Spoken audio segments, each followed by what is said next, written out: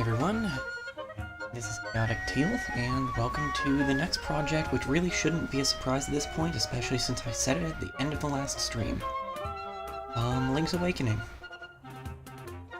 It is a little funny going right to this one, since, you know, this is the remake, but I really loved this, remake of the game when it came out I guess about a year and a half ago. Came out September 2019. As you can see, I finished it in the span of a few weeks. But yeah. Link's Awakening is great. And playing it next. We're gonna go on normal difficulty. I didn't die at all on my first playthrough, but I'm here to have a good time. Of course, it wouldn't be a Zelda playthrough if we didn't call Link something stupid. So...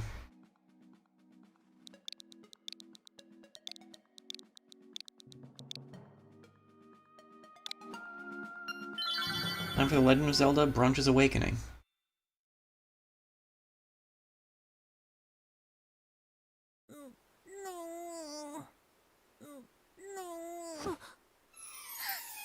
What a relief. But you never wake up. You're tossing and turning. What? Zelda? No, my name's Marin. You must still be feeling a little woozy. You're on Koholint Island. Follow the lane south to reach the beach where I found you. Since you washed ashore, lots of nasty monsters have been in the area, so be careful, okay? Well, Brunch, you finally snapped out of it. Name's Terran. Hope you're feeling better. What? How did I know your name?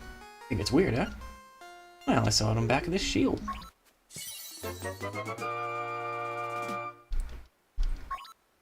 We've already got a shield, which is great. And that's pretty much all we can get in here, though.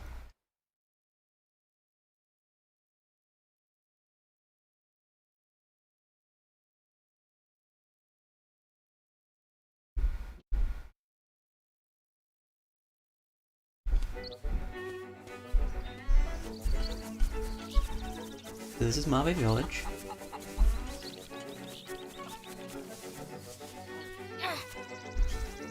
Wow, I guess I'm not strong enough to pluck weeds, okay.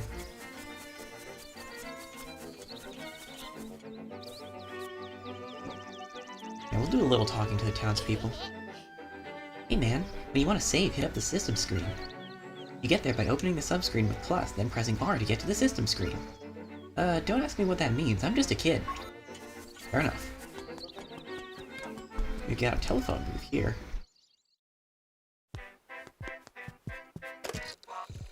Ring, ring. Hello, it's me, Ulrira. Ask me anything about the island. If you get lost, give me a call. You know, there's a library in the village that might have some good information for you. Talk to you later. It could be interpreted as though the phone is making that sound, but I think it's funnier if it's actually Old Man Ulrira.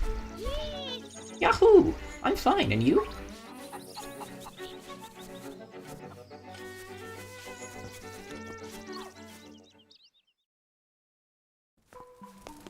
This is Ulrira's house. How to say, please call outside. He prefers phone calls to talking with people face to face. Personally, I can't relate to that, but that's just because I don't really like phone calls.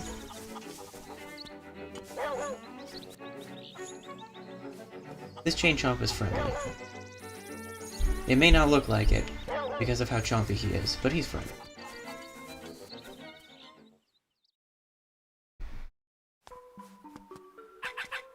Makeup, jewels, dresses, I want it all. New accessories would be nice. Can't really do much to help there right now. Hey there. Feeling fairly well, I would say. How about you? Oh, my Bow Wow is so proud of his fine fur coat. dog noises. Sound of dog.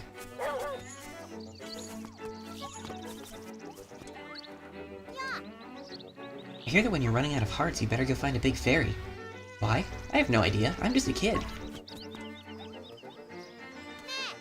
I heard that you can press minus to look at the island map. Not only that, you can stick pins in it with A and remember stuff with X. I don't understand what they mean by that. We also don't really have much island to look at yet. We do have a couple of views that'll let us see some collectibles. And we can fall back to plot important moments with this memories menu here.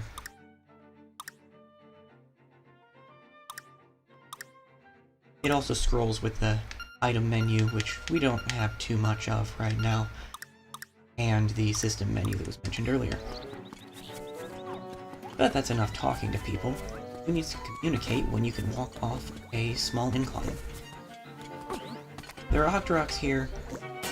Can't really do much with them right now, other than block their attacks. They pretty much function like Octoroks do all the time, in that they wander around and shoot stuff at you. But we do need the shield to get down here, because we can't push these without it. They really look like Gordos. I don't remember if they're actually Gordos.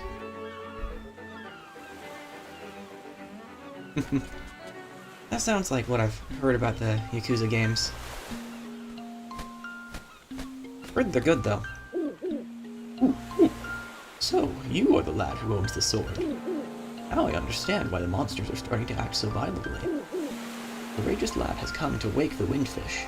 It is said that you cannot leave the island unless you wake the windfish. You should now go north to the mysterious forest. I will wait for you there. Hoot.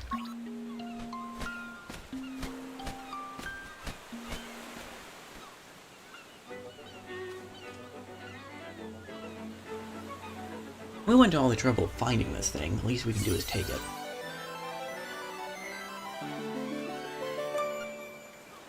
Also, I guess we had our name engraved on our sword and on our shield.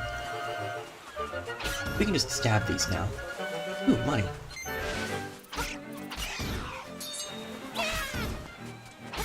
As is traditional for the Zelda series at this point, we have a spin attack as well.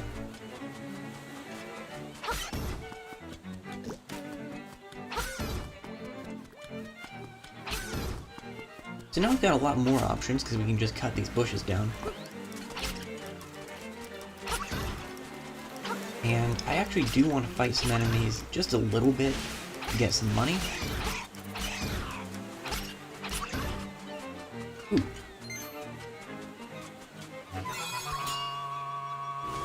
I kind of skipped past that text box a little quickly, but that Acorn was a Guardian Acorn, which increases our defense for a short time.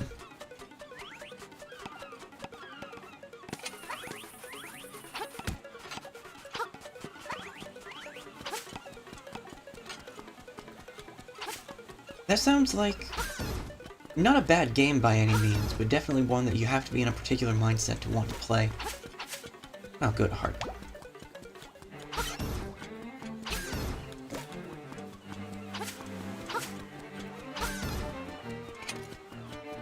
If memory serves, one of my favorite voice actors voices the protagonist in Like a Dragon. Okay, well, it would help if I actually used my shield here. But we're not playing hero mode, so we're fine. Anyway, the Guardian Acorn lasts for a short time and it increases your defense.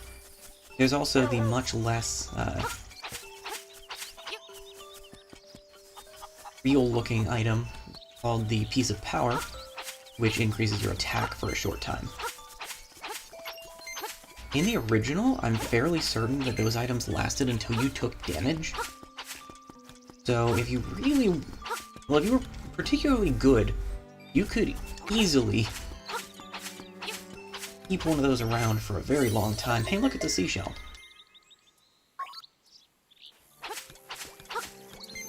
Those will be important. We can't really do too much with them right now. but they are important. Okay, since we have 20 rupees, I believe that's all we need to get into the trendy game shop here, which we're probably going to be seeing a lot of, if I'm honest. Trendy game, 1 play, 10 rupees. Oh, I was off. That's not a bad thing. Buttons move the crane, the rest is just timing. Go over to the button to play. Good luck.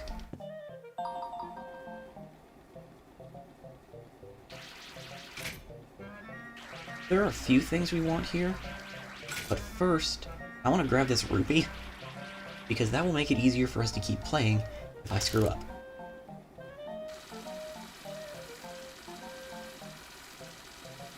The trendy game in the remake actually works significantly differently than it did in the original game. In the original, stuff was on just a conveyor belt going around. Come on, give me the Yoshi doll. Nice. So, not right now, but I will once I get that money. Purple rubies are worth 50, which is fantastic. And this Yoshi doll is important. Last thing we want to get is that piece of heart. But yeah, in the original, there was just one way to definitely get everything. Just had to position the claw at a particular spot and wait until it lined up with a certain... where the item you were looking for was on a certain part of the conveyor. But this one is actually physics-based, which is, you know, fair. But I've definitely seen a lot of people struggle with it as a result. It took me some getting used to when I first played it, and there's a very good chance that once I try to get anything on those moving platforms, I'm gonna screw up again. Anyway, whoa, you won the Yoshi doll? We've been trying to do that forever. Our mom is really desperate to have one. We'll get to that in a minute. Because since we go out and back in, the prizes refresh.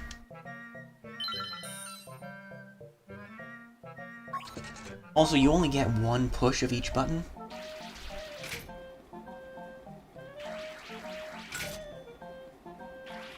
You can move it forward once and to the right once. This actually might not work. Nope. Nope, we're good.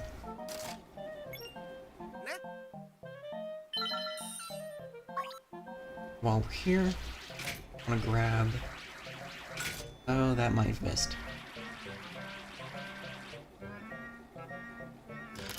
Nope. That actually worked out pretty well. Cool. Now it's just gotta stay in there. And therein lies the problem with the physics-based crane game. Okay, I'm gonna see if we can get the...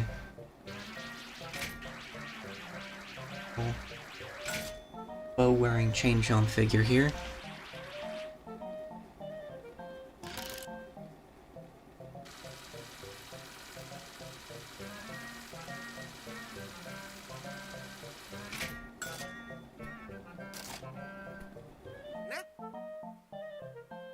Okay, and one more, hopefully we can get that shell this time.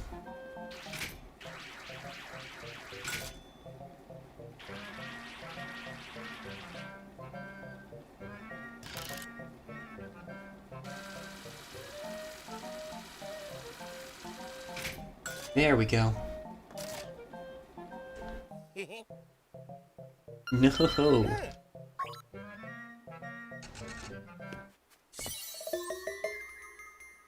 Fortunately, it's not like stuff despawn. Chow Chow, I forgot the name of them.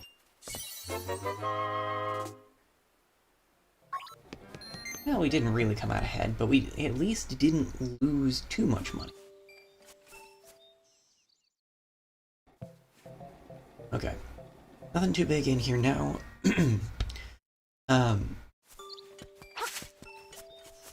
if you get good at the... Good grief. I'm gonna drink some water, because apparently my throat just decided to die.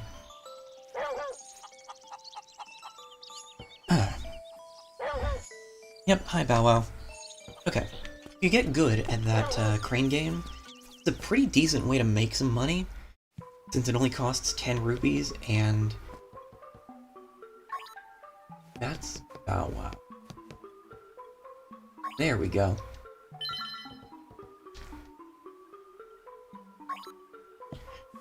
Scattered around the village are a bunch of these little stands where you can place figurines that you'll unlock throughout the story. We can't get all of them now by any means, but I think we can get at least the first one. We might be able to get a second one. You can only have one figurine in your inventory at a time, though.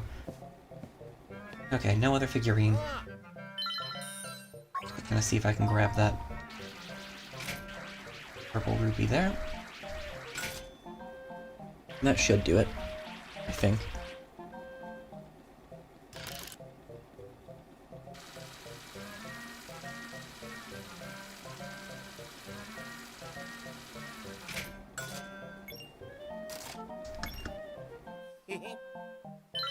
And just because I'm greedy, I might not have been high enough. We'll see. I'm not going to spend too much time playing the crane game right now, though. Contrary to possible belief, there is other stuff we could be doing. Nope.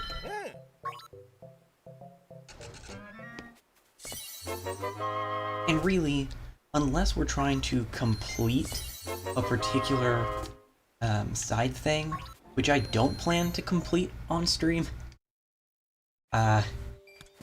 we're not gonna be too short on money, or need too much money. Still nothing new, so we're gonna go. Because I'm not gonna spend all of our time playing the crane game. I could. I very easily could. Karen's out here now.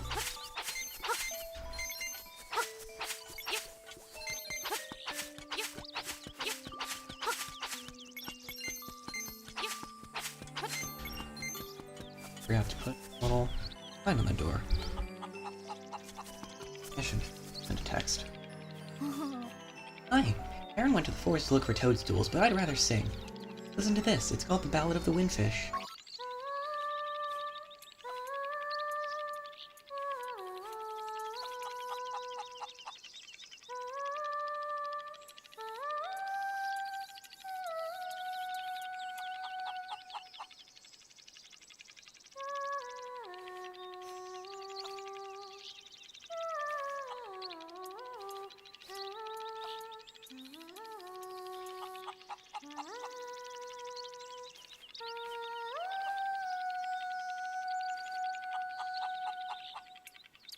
That probably won't be important later.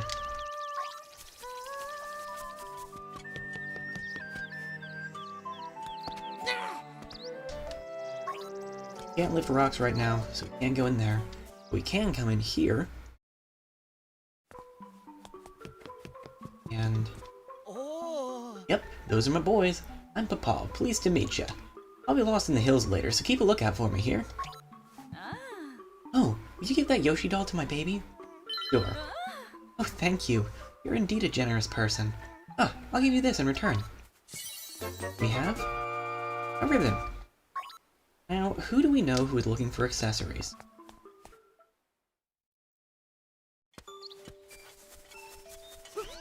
This is its own whole big thing. And we do need to complete part of it for the main story. Part of it counts as a side quest. But at least the first few steps we want to do. Oh, that ribbon! I need it! Will you trade it for my dog food? Lucky! Thanks! Well, here's your dog food.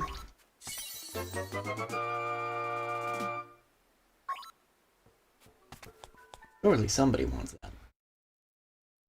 Yeah, we need to complete the first few steps as part of the story. Yeah, we'll go ahead and do this. I actually didn't check with the one who wants the dog food earlier. He's a part in the well here. I feel like that has to have been a Link to the Past reference, given the ability to jump in the well there. But as for the dog food, we can come... Actually, I need to go further south first. We can head back down towards the beach. On both shores. And there's this nice little house with some bananas around it. And in here there's an alligator. What's that you have? It's canned food! Heaven's sake, man, give that to me, please! I'm gonna lose it if I can't get that can. You know what? That's your prerogative. Oh, thank you, I'll take that. You know, traditionally one... Never mind. You do you. That was great. I know it's not a fair trade, but here's some bananas.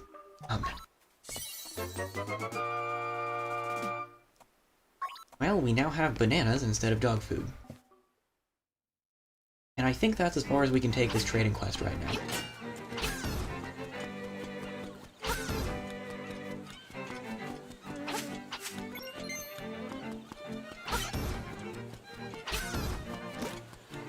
So, we're not actually going to quite continue on with the main plot yet, because there's one other shiny little side quest that I can get distracted by.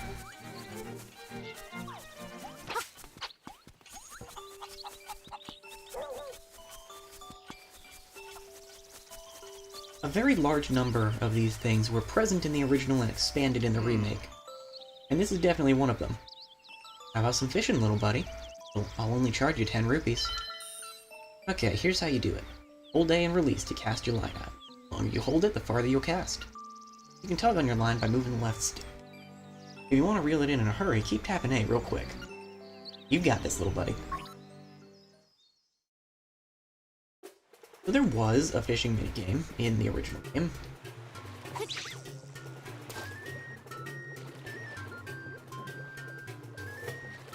It was relatively minor, though. I think there was like a piece of heart that you could get in. There's a lot more you can do in this one. For one thing,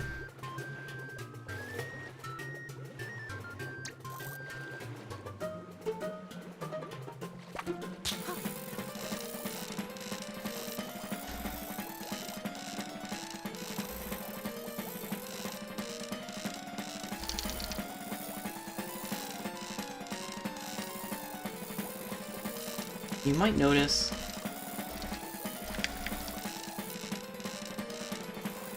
that there is a little something peeking out from behind that seaweed at the bottom there.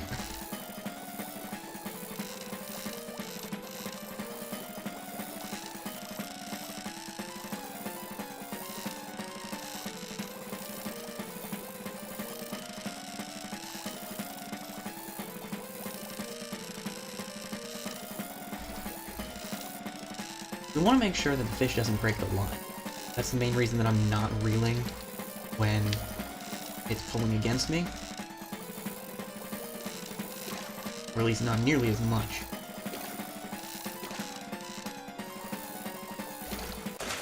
There we go. Mostly we want that fish out of the way. Very large fish. And we got more money than we spent, and a better lure. And a piece of heart.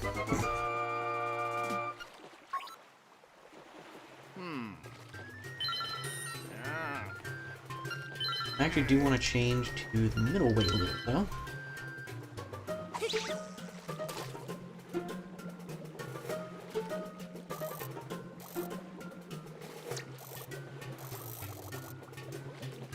I'm a little bad about actually letting fish Nibble on the line.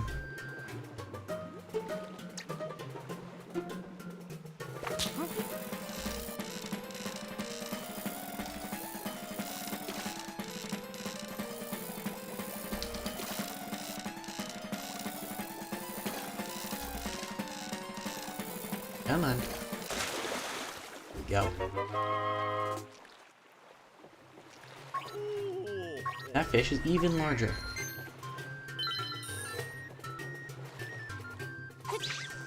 So now, what we want to do, since we've gotten a couple of fish out of the way,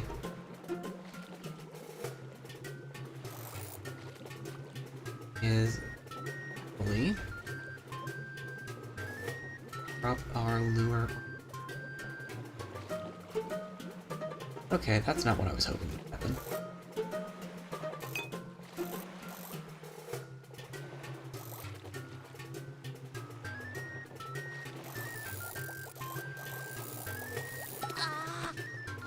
Yeah.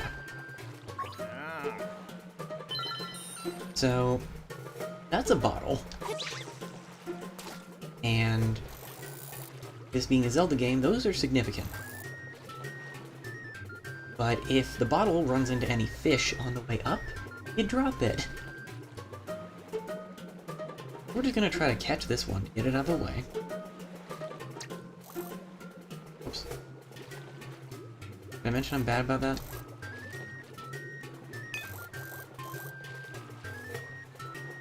We might be able to make it work.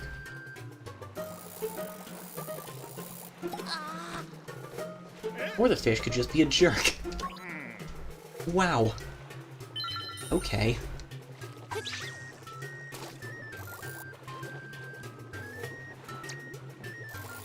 Go away.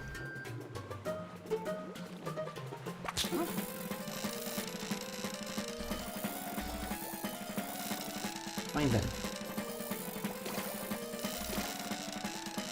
You're so great. I'll catch you too.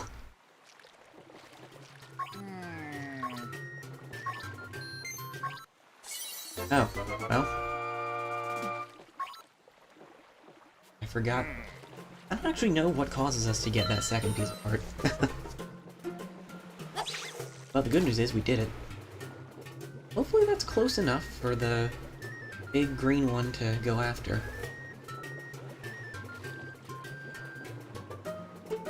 Come on. Oh, I don't think it is. Nope.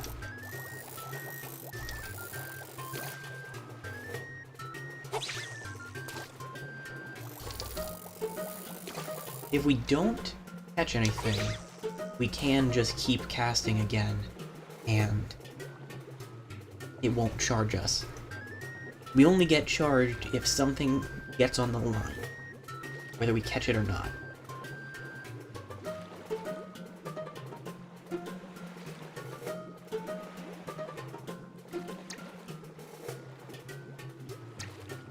Come on.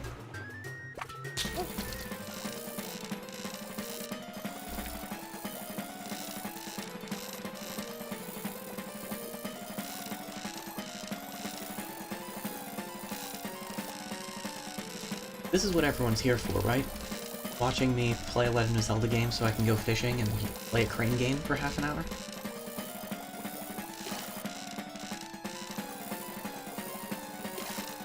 Not my fault to put so many side quests available at the beginning of the game.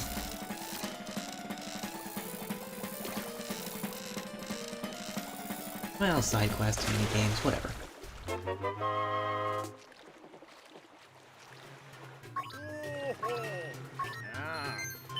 Not too big.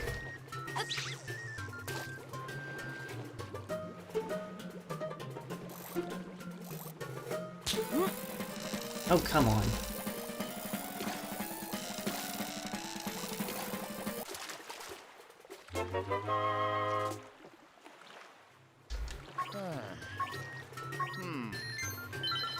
At least we gained a rupee. I just have to hope that another fish doesn't come up the bottom.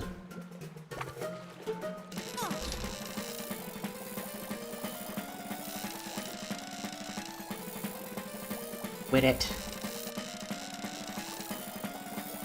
These gosh darn tiny fish. Thinking they're so important. Lost money on that one.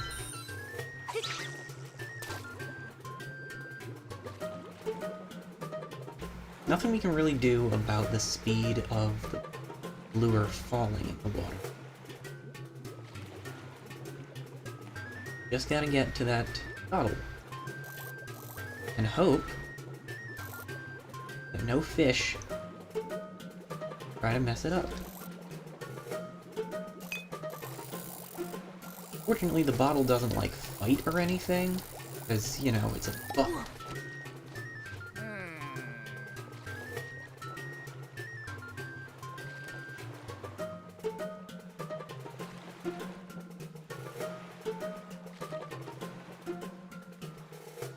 You know, I could call these fish out for just being excessively aggressive and vindictive with me, but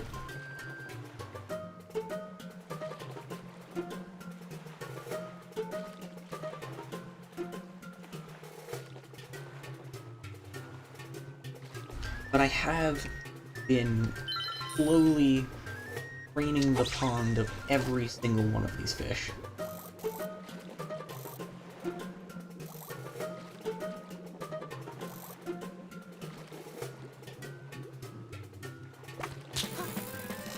I'm gonna say, whichever one of you wants to go after it, I will gladly take the money that a larger fish will get.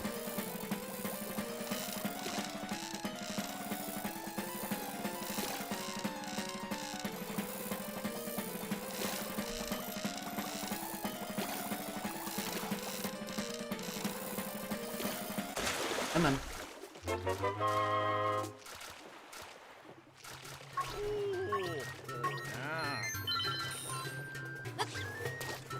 Now for...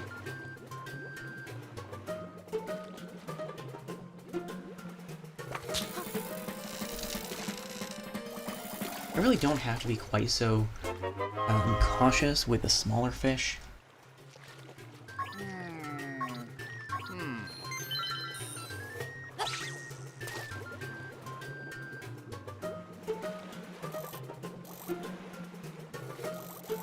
But I'd rather not lose money.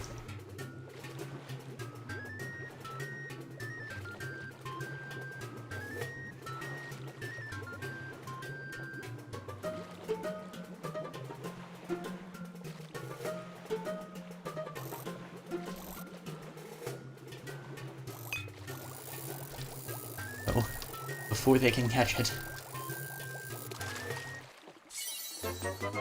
There we go.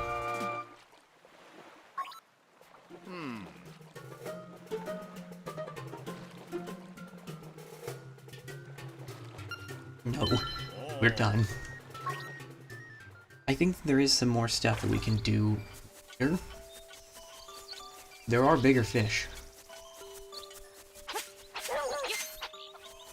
But for now, let's go take a look at the shop, because I haven't wasted enough time. Progress? What's progress?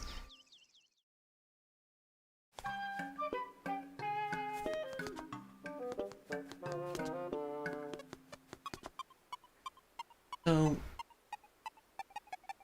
one of the worst kept secrets about this game is that you can totally steal from the shop. The shopkeeper's just a little bit slow in turning around.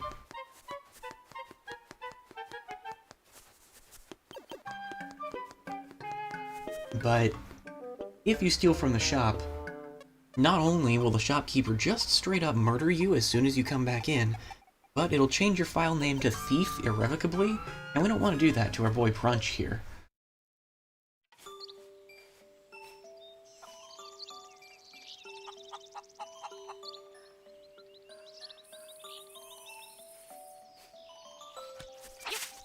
So, we are going to act like law-abiding citizens that we mostly are.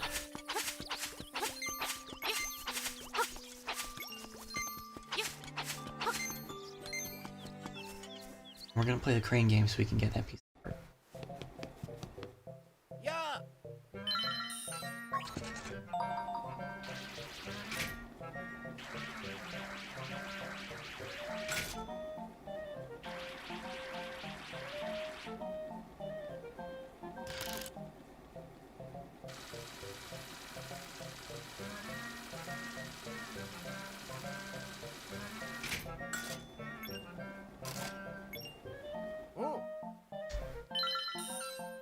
don't have a problem. I think I missed. That could be a problem, actually. I might have a problem. Oh. Don't have to go very far. Cool.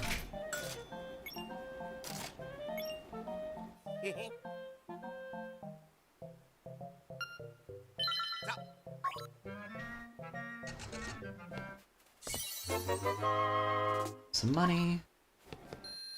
There's some money.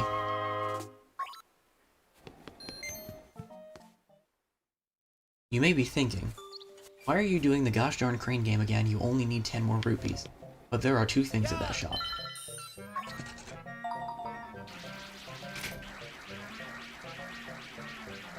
And they both cost $200.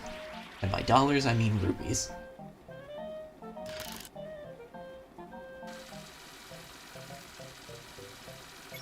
Oh no, I've suffered from my impatience. Okay.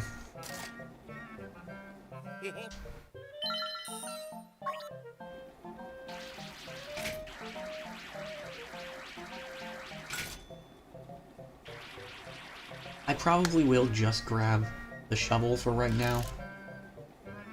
Save the piece of heart for later.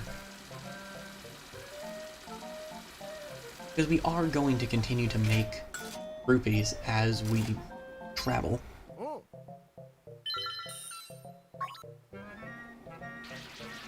This is just fast and relatively easy. Honestly, I'm surprised the rewards for this are so good. But, you know.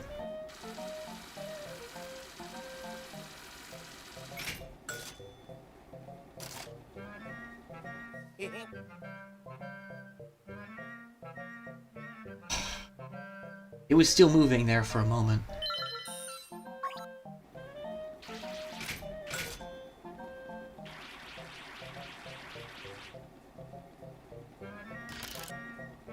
Come on, you little rat.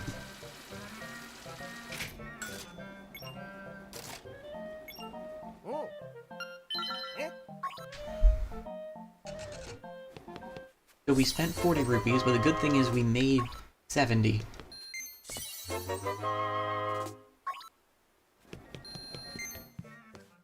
So we still came out ahead.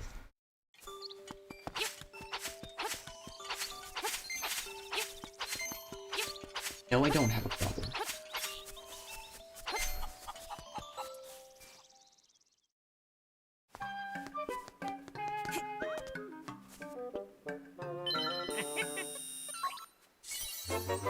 Now we have a shovel. And I want to double check. Yeah, once we purchase the shovel, the bow and arrows show up in the shop.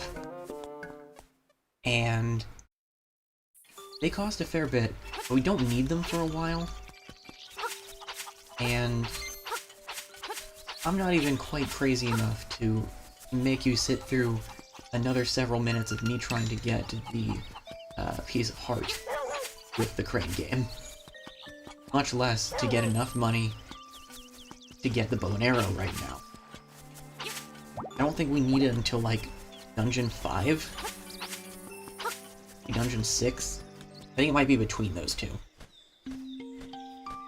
Now that it's been 40 minutes, at least 30 of which have been completely irrelevant. Hoot! Oh, brave lad, on your quest to wake the dreamer. Welcome to the mysterious forest. Much of mystery you will find on this uncharted Koholint Island. I'm afraid you may find it a trifle difficult to leave the island while the windfish naps. By the by, have you ever visited the Tail Cave, which is south of the village? Go there with the key you find in this forest. Windfish is watching. Hoot! Thanks, Mr. Owl. Any chance you know? I'll ask about it.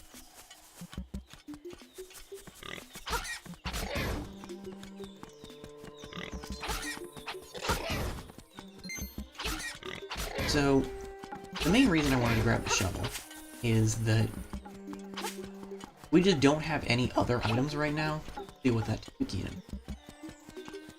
in. We should probably deal with it.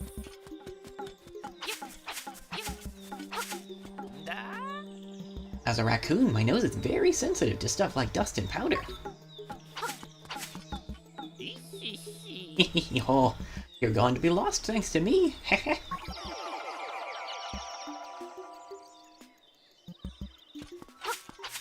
Hooray. Oh, this is a great fairy fountain.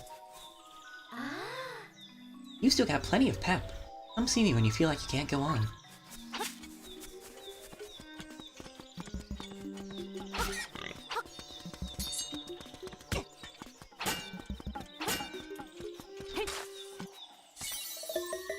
You want the shovel for things like that. Because, you know, secrecy shit. Oh, hey, it's a piece of power.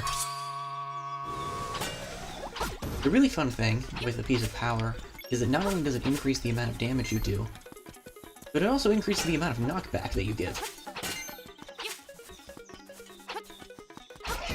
Which is very silly.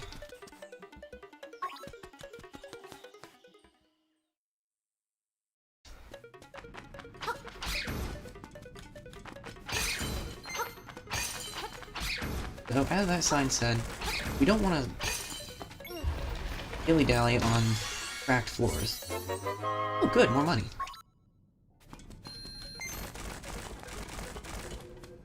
See, we might have enough for that piece of art by the time I get back through. Hey look, a piece of heart.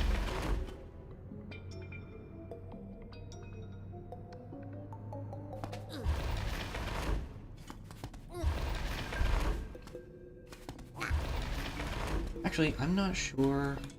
I think we have to come at it from this way to be able to solve that.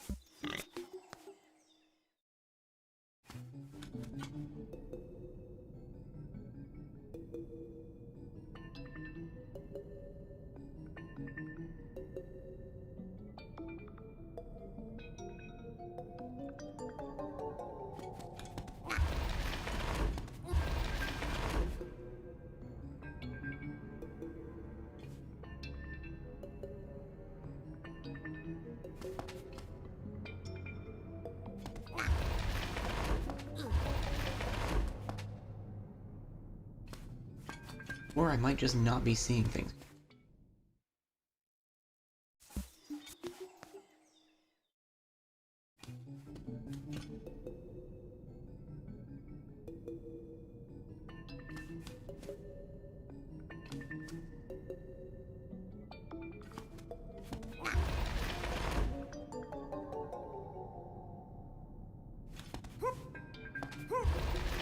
Okay, I don't think power first.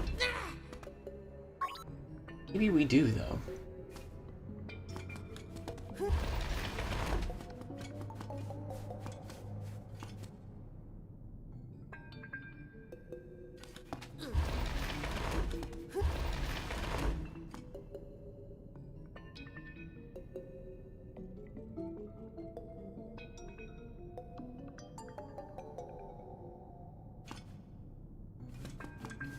No, I'm not seeing a way. Because we can only approach that top right stone from the bottom or from the right. We can't push it to the left because the other one's in the way.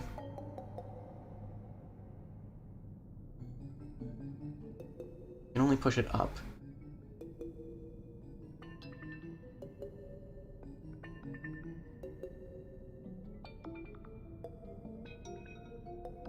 Yeah, we might need to be able to lift those skulls. I can't think of another reason why those skulls would be there. Oh well.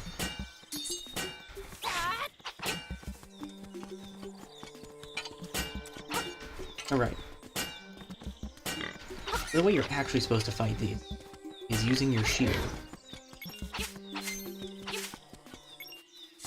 They get all freaked out if they honk into your shield.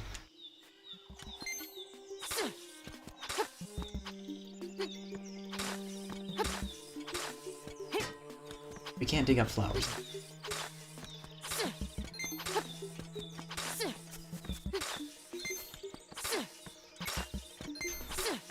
Oh, I thought we couldn't dig up roots. I thought there was something around there, but I might be wrong. Oh well.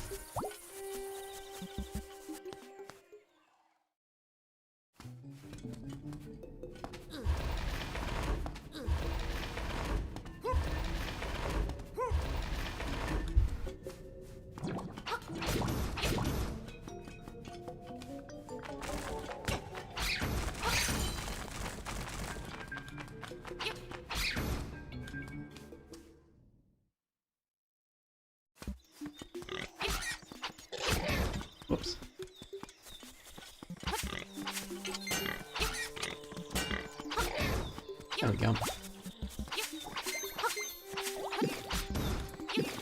Oh yeah, the little red slimes split into smaller slimes if you hit them, but not hard enough to just kill them outright. They're sort of like the slimes in the original Zelda.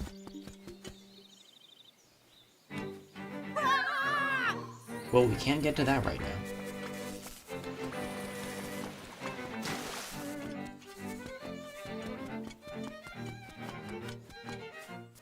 We can get into this definitely friendly-looking hut.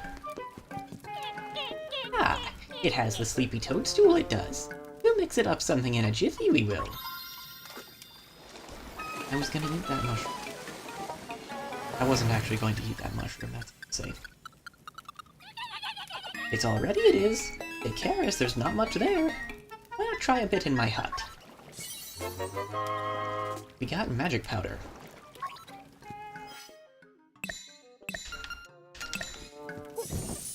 It can light fires if we throw it on torches.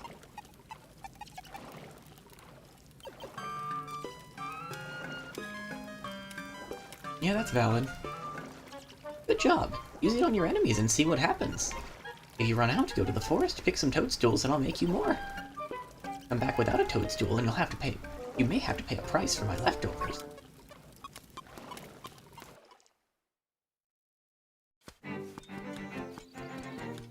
I definitely get that this art style isn't for everyone, but I really like it.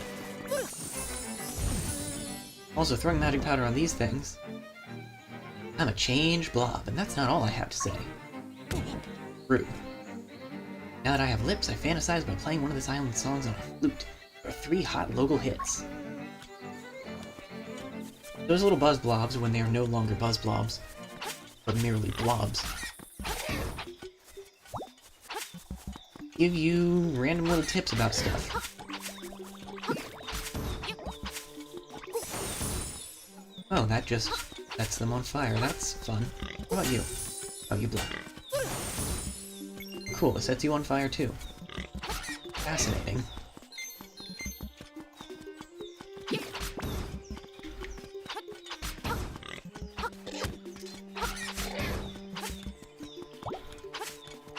Personally, I would love to see the Oracle games, or Minish Cap, or honestly Earthbound remade in a style like this. Hopefully without some of the weird performance issues that this version has. Because it definitely has its issues.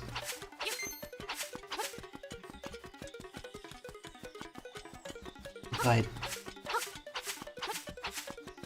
this is also the first proper 2D Zelda game, or the first proper top-down Zelda game that's been released since In Between Worlds, really?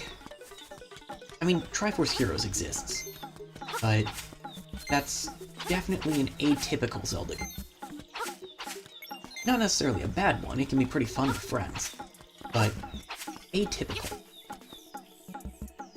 You didn't want powder, right? Here's some powder.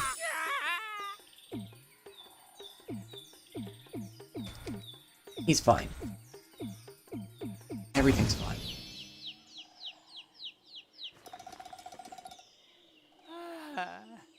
Last thing I can remember was biting into a big juicy toadstool.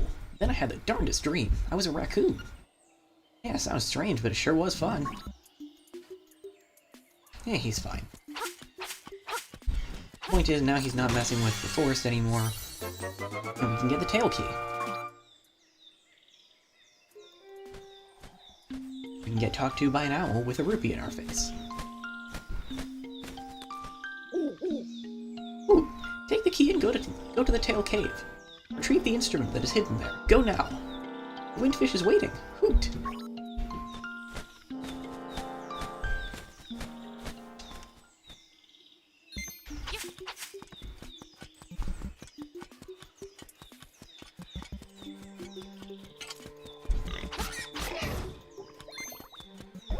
There's a treasure chest back there, but we cannot get to it right now. We'll have to come back later.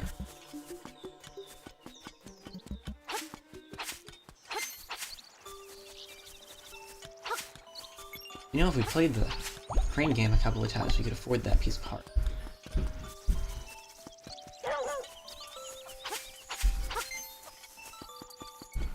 You know, if we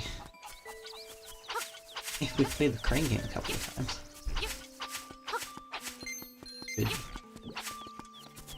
we could. It's fine. Also, that red rupee has now been replaced with more magic powder. See, I have a legitimate reason for going in here. I don't have a problem. Everything's fine. What are you talking about?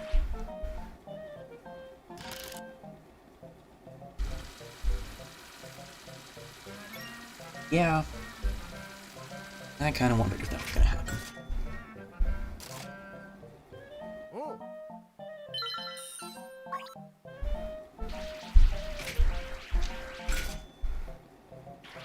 I'll grab this.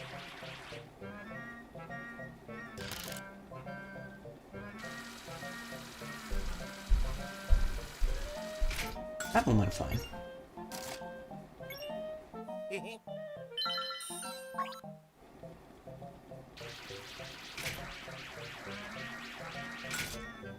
I'm not actually 100% sure if it's possible to get two items close enough together. Well, that's just spiteful.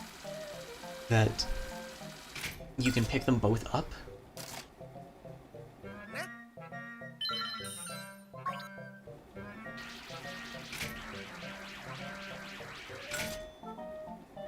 But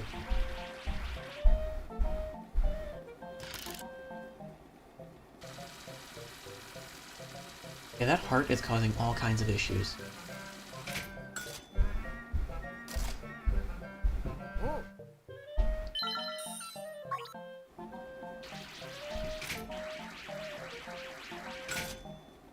And I think it's going to cause issues again.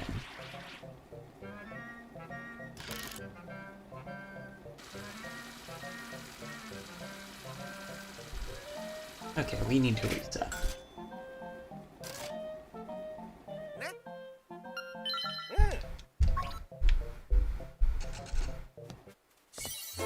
And maybe get some more money from the bushes outside. I just want to be prepared.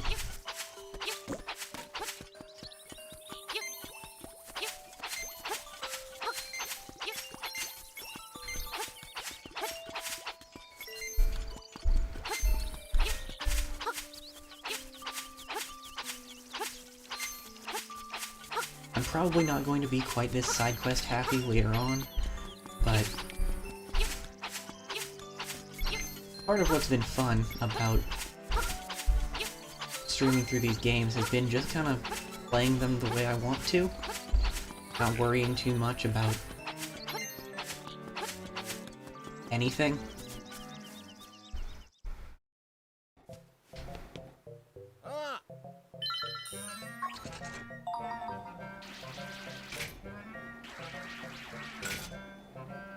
And the way that I want to play this one is apparently playing the crane game way more times than is actually healthy or reasonable.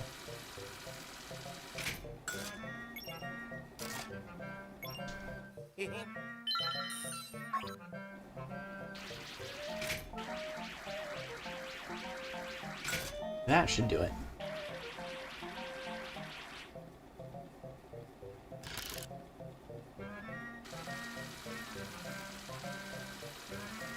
There we go.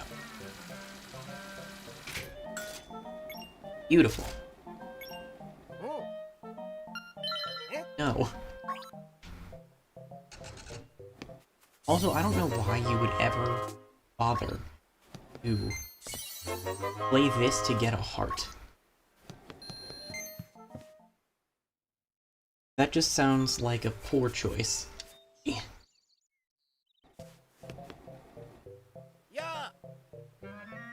Making money makes sense to me. Getting a heart does not. I mean, even the shield, or the magic powder to a lesser extent, kind of makes sense. I'm surprised that didn't fall out. Not that I'm complaining much.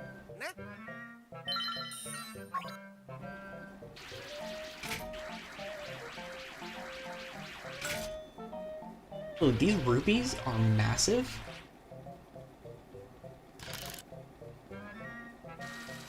Just feel like that's worth saying. Those are like the size of Link's head.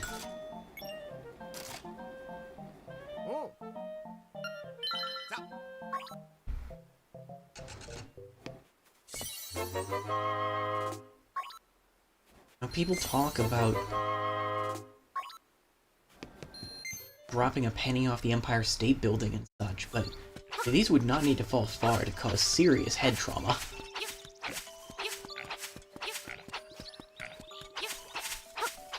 Very big, pointy rocks.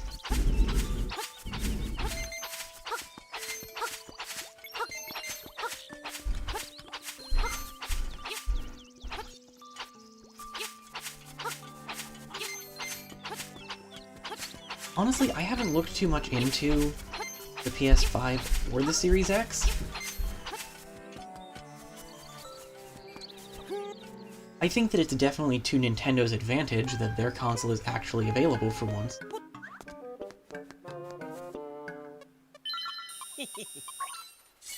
But mostly I think that's just kind of shooting those console launches in the foot. I mean, partly, neither console launched with very many completely exclusive games. I mean, some of the... I think that the biggest first-party Sony games that were on the PS5 at launch were, like, Miles Morales and the Demon's Souls remake. And Miles Morales was also available on the PS4. So I got the PS4 version.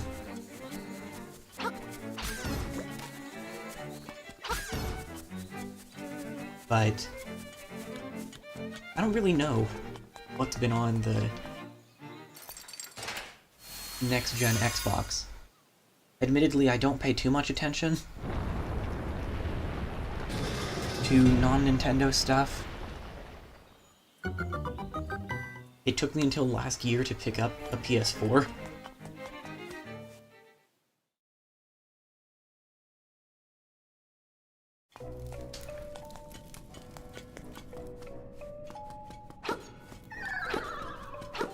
So I think, well, partially, I'm kind of waiting on the possibility of a Switch Pro being announced.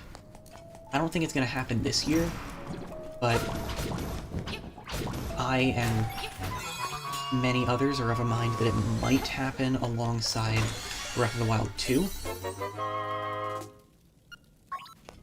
And if that happens, then I'd want to pick that up.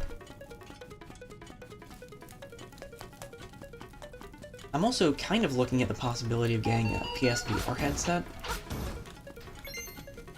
I feel like, for one thing, I actually have a console that can do VR now, and for another, as a game designer, I should probably have a little bit more VR experience.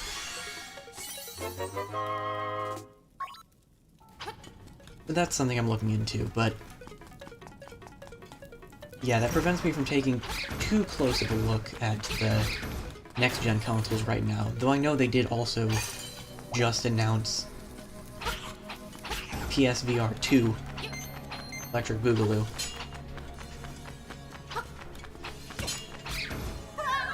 Oops.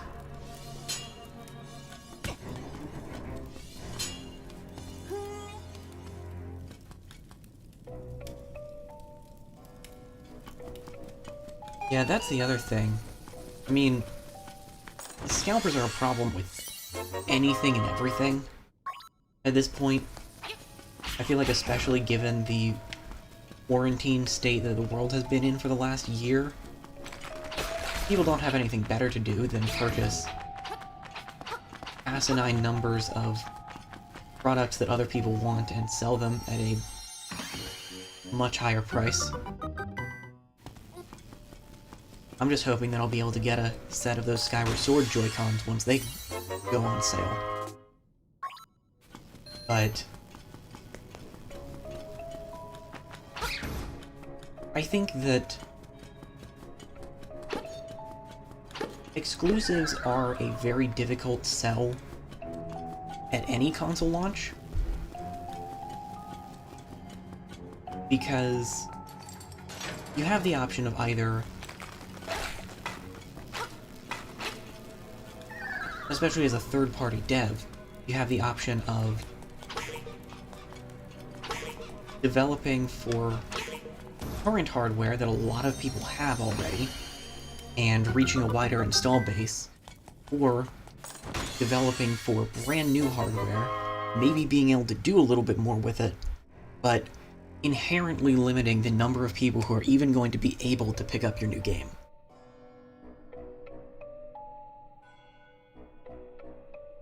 So, that's definitely a challenge.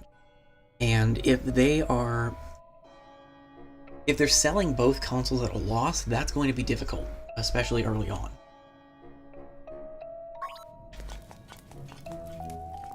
Also, that thing we just picked up, the owl beak, allows us to get advice from these owl statues.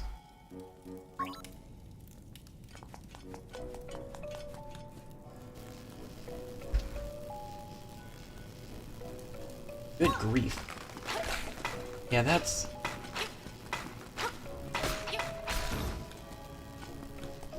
not too much less expensive than the amount that I paid for my refurbished laptop a few years ago.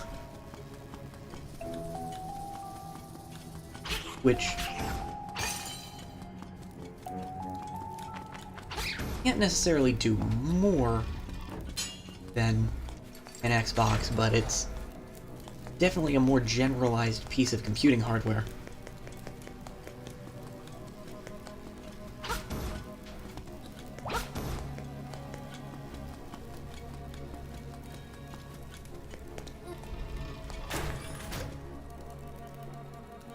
Oh, well, yeah, we just got to that. Block puzzles are a common thing in the Zelda series. Also, this is what that other owl statue was talking about. And this one talks about it too.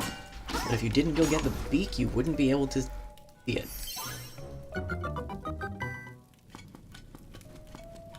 Here's where we get to something a little bit interesting about Link's Awakening. There are side-scrolling segments.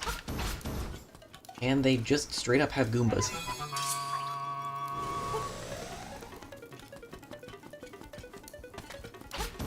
Being Goombas, you can totally just drop on their heads.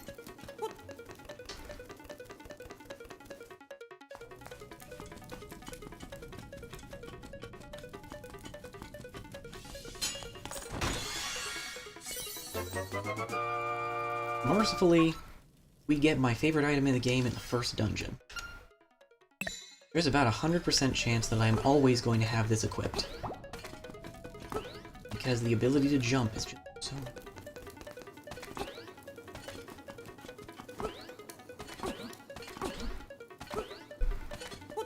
Guess we can't grab ladders mid-jump.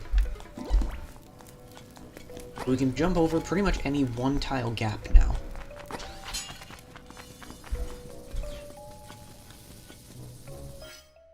Just to check. Yes, that's where we see the gap. Yeah, best of luck on trying to get a Series X at this point.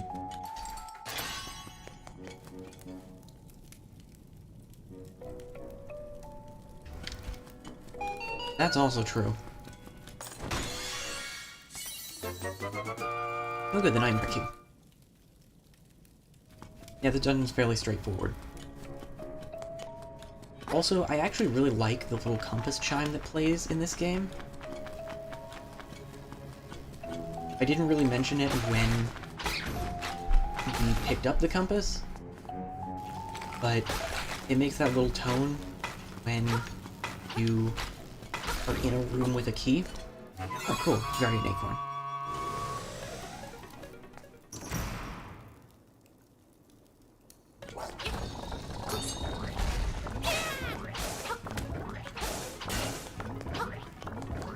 But yeah, like, what's available on the Series X right now? I'm not even 100% sure. I know that there's backwards compatibility with stuff, and I know that I have a bottle that I put that berry in.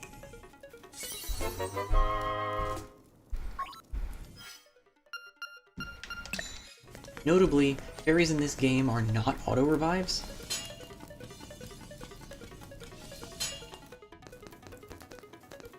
But yeah, I know that, like, Cyberpunk is on Series X, but Cyberpunk is also on Xbox One and PC and 360, PS4.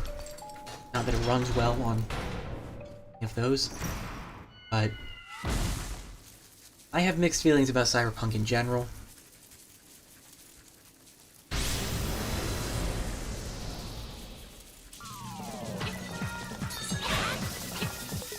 Buzz Outsider, by the way. Have there been issues with the PS5 controller drifting?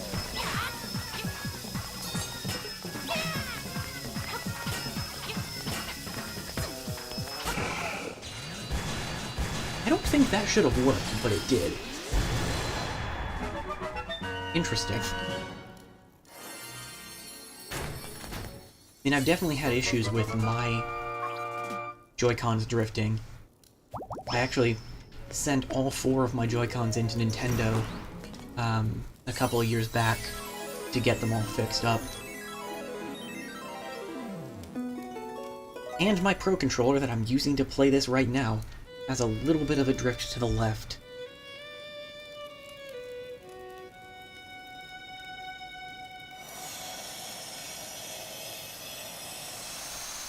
But hey, look at that. We've been playing for an hour.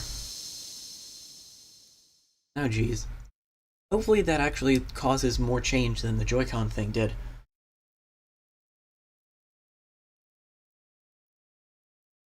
That has been moderately disappointing, that it's been such a widespread issue and it doesn't seem like there's been an effort to fix it, really. I mean, offering free repairs on it is nice, though they haven't really been broadcasting it. Hoot! That is an instrument of the Sirens. I have to admit, at first I did not believe you were real. That instrument, along with the 7 others in the set, has the power to wake the windfish. You must collect them all. I'm instructed to give you directions. Your next goal is north in Goponga Swamp. Hoot, indeed.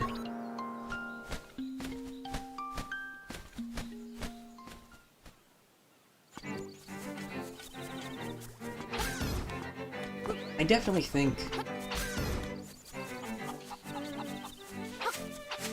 I mean, it approaches kind of the issue with planned obsolescence of things like Apple products. Hey buddy, it's serious! Yeah, really serious! Yeah, it is, the Moblins came to the village! Yeah, that's right, a whole gang of Moblins! Then, it's for real, they all went to the house.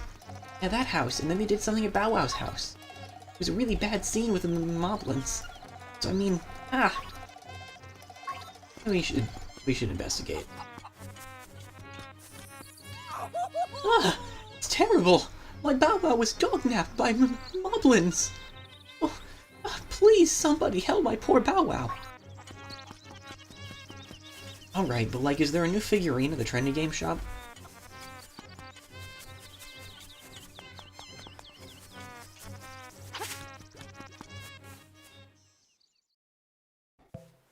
There is.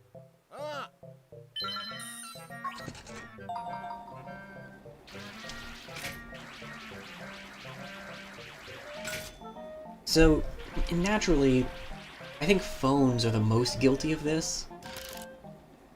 There's definitely planned obsolescence in place to keep people buying new phones. Tech is made in such a way that it becomes outdated and deliberately stops working after a little while. So the people are encouraged to purchase new tech. And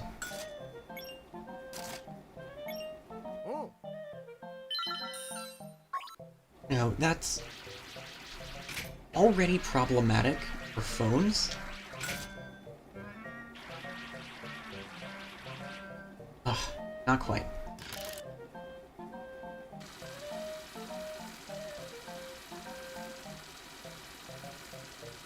And that's good.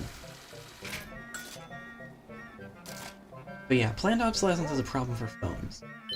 But game consoles are just a whole different beast there.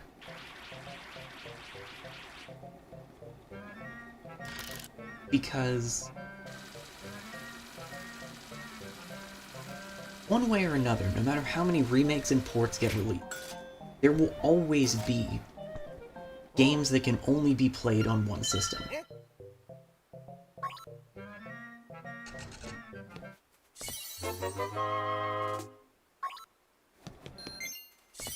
And,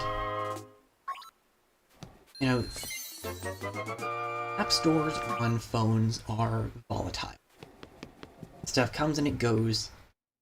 I mean, you get stuff like Flappy Bird that just explodes overnight and then disappears.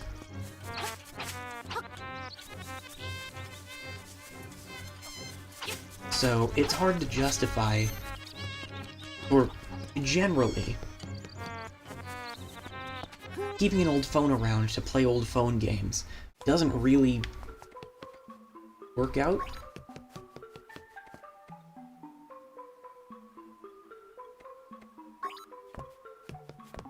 And that makes sense, and I know you've mentioned that before.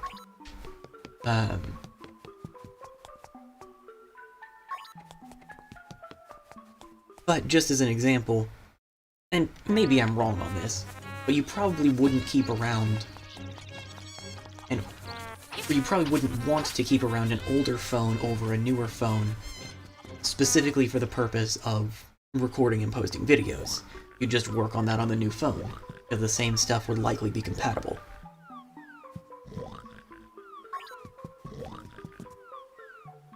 But, you know, for Joy-Cons, for instance, it may be another half a decade before Nintendo moves on from the Switch.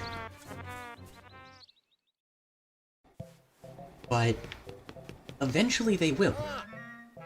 Eventually Joy-Cons will no longer be made. And when that day comes, if they continue to, or if they haven't made a version of Joy-Cons that holds up better, that's all the less time that Switch games are going to remain effectively playable.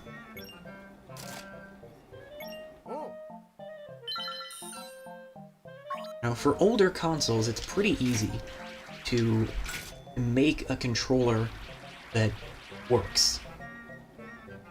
You know, on an NES controller, you effectively need 8 buttons. Those 8 buttons can be in any place as long as they can register that they're being pressed or not.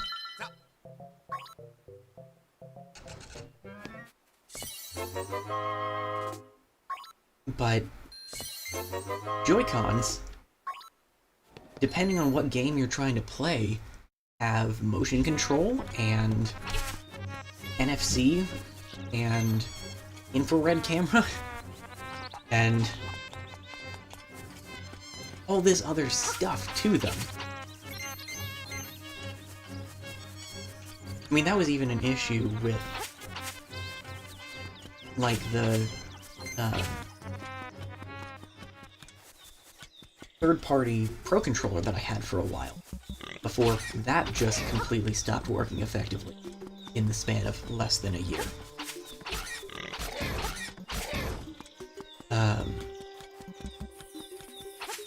Those third-party controllers don't have all the functionality of a first-party controller.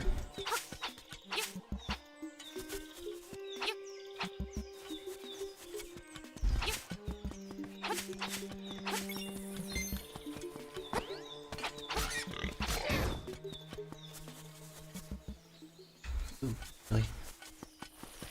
That makes sense. And again, I'll readily admit that my knowledge of the recording tools on recording and streaming and all that on phones is very limited. So, if I'm off the mark, that's acceptable.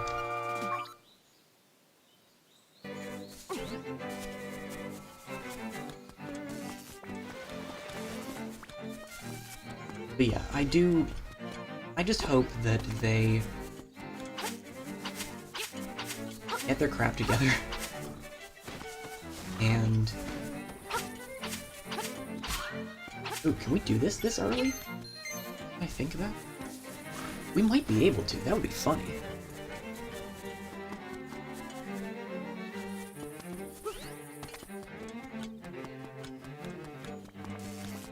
But yeah, basically, I hope that they actually acknowledge that Joy-Con drift is a problem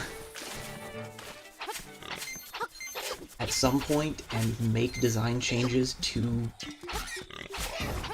prevent it from being so much of a problem. Because it's not a consumer-friendly practice to quietly offer free repairs, but make it quiet so people will just buy more sets of your $80 controllers.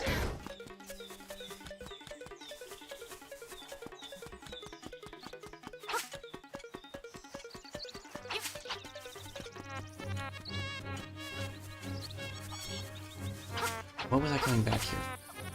Right, library. We didn't actually go in the library earlier. But in the library, there are several books.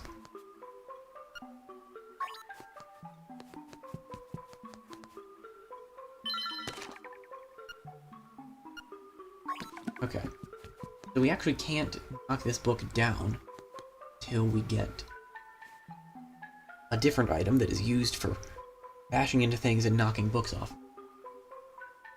And I don't remember when we get that. We've got some time yet.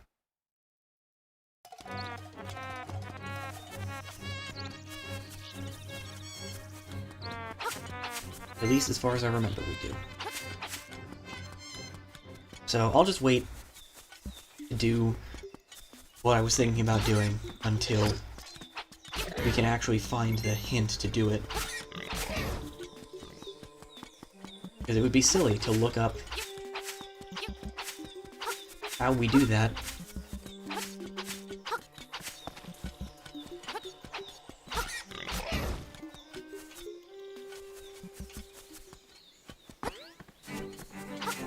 $100 hours of gameplay until stuff stops working?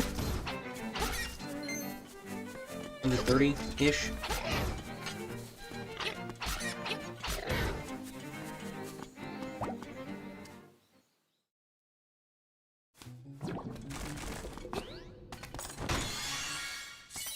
Shiny box has money in it. Can't get into that shiny box because there's a skull in it. And heaven forbid we open a box from the side. Also, as you may have guessed from the fact that there's a shield in the trendy game and in the shop, there are like-likes in this game. Oops.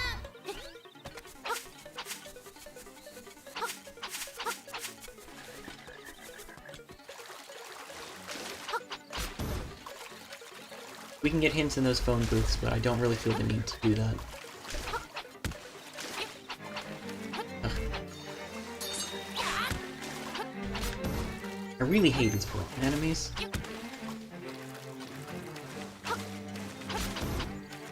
They're a pain in Minish Cap, and they're a pain here too.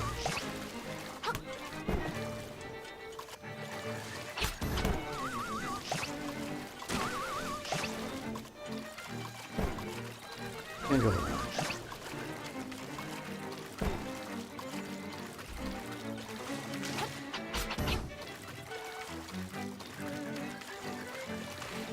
We can't go around. Gosh darn it.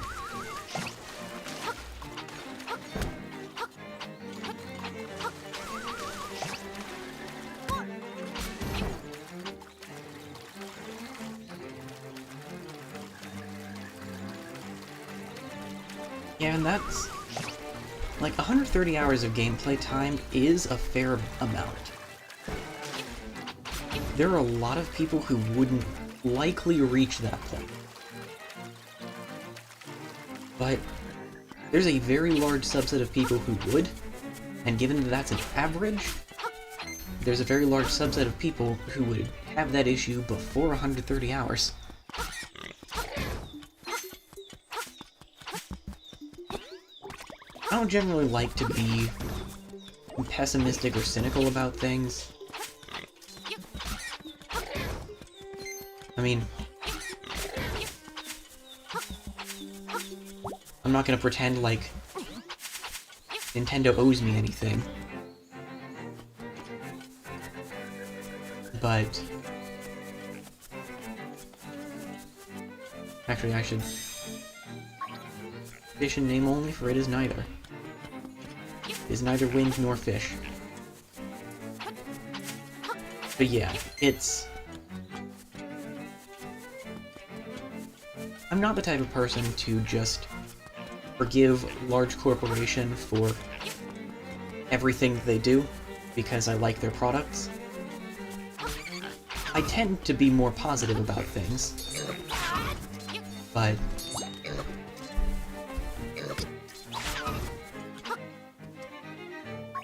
that doesn't mean that I don't see things or problems. So I do hope that they fix it at some point. I'm not necessarily optimistic about it, but I hope that they do, because I think that it's the right thing to do. Also, this place is technically exclusive to the Switch version. Well, what you doing here so early? You can't come in yet, I'm still setting up. You can't do anything. We probably won't do too much with that side mode in this playthrough, just because it's kind of time-consuming and doesn't really gain a whole lot. I mean, there's some cool stuff there, and I like it in theory. In execution, we'll get to that a little bit later, once we can actually see it. Anyway, it's a suspicious-looking runt. Okay, boys, let's get rid of him. That went well. Keep trying, I'm sure you'll get me eventually. Hey, look, you got me. Okay, we can stop. You must be an assassin sent by Madame Meow Meow to rescue the mutt. Came here to get me, but it is I who will get you. No, don't get me. Nobody gets me. You can't just attack him head on. But if we trick him into ramming into the wall, that'll help.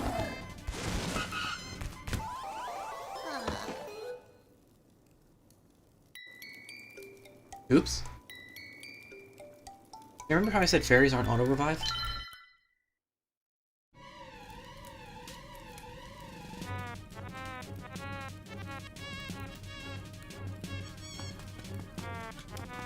Yeah, that's valid.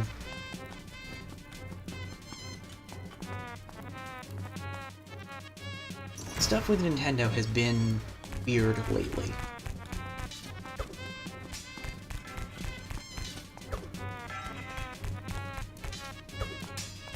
They've definitely made some business decisions that I am not personally fond of.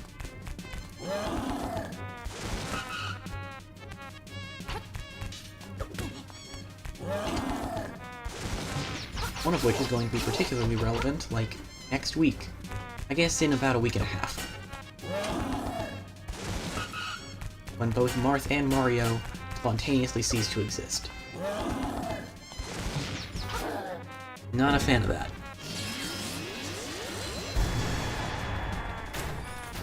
I enjoyed 3D All-Stars, and I enjoyed Shadow Dragon and the Blade of Light.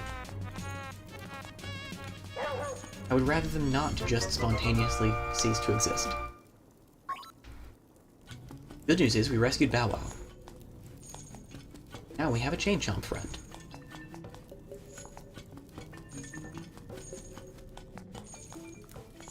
We could take him back, but just to save us the walking, I'll go ahead and say that if we take him back now, we'll be asked to take him on a walk. Yeah. Hoot! That is a fearsome looking animal you have there. Do not forget, the next instrument is in Gopunga Swamp. Yeah, I gotcha.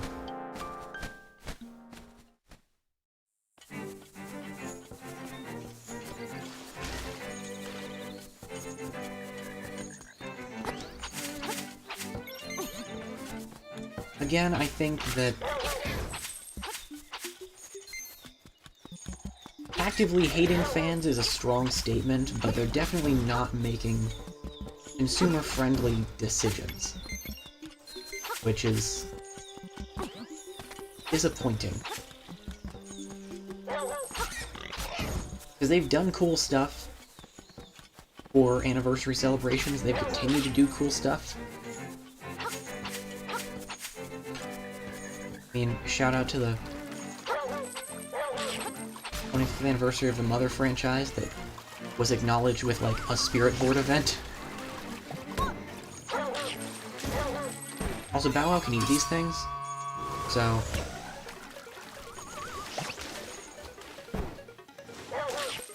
very important to keep Bow Wow with us. But yeah, I understand no longer supporting, or no longer doing physical releases of a game after a certain point. That part makes sense to me, but it takes more effort to delist something from an online storefront than it would to just leave it up. So, that is a decision I neither like nor understand.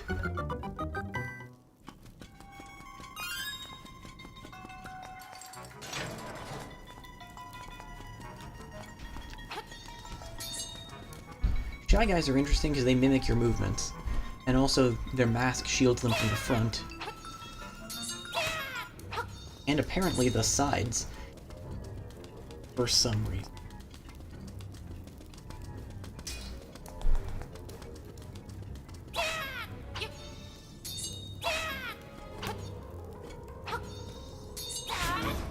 Go.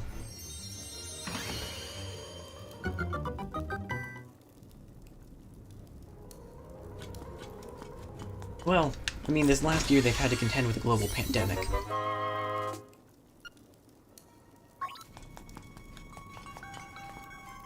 I think that Animal Crossing was a strong point in the last year.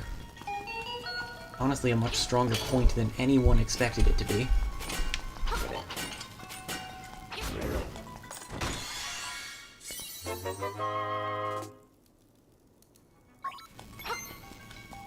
And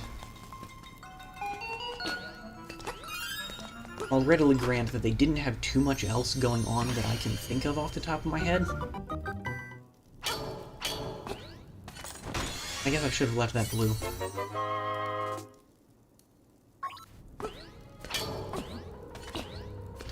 Yeah, there was Animal Crossing, there was Paper Mario, which is still an iffy topic for a lot of people. And there was Pikmin.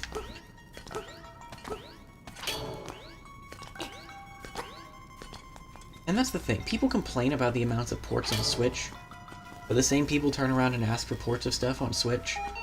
So that's a little bit tricky. I'm actually gonna go back to open the first locked door we passed.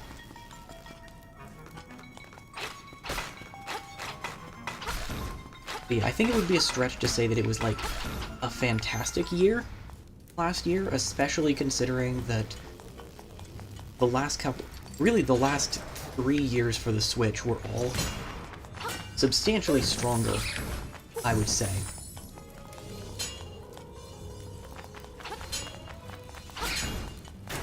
Now, day 1 of the Switch, we got Breath of the Wild, and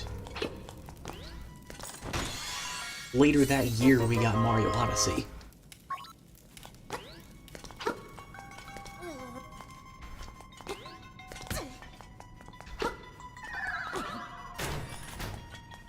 And After that, we got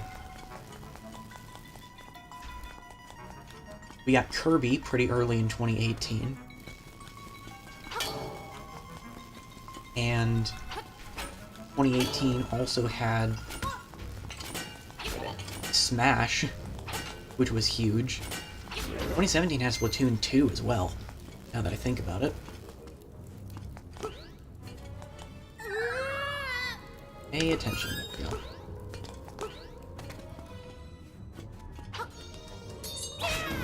2018 had Kirby, it had Smash. Off the top of my head, I'm having trouble remembering what else came out in 2018.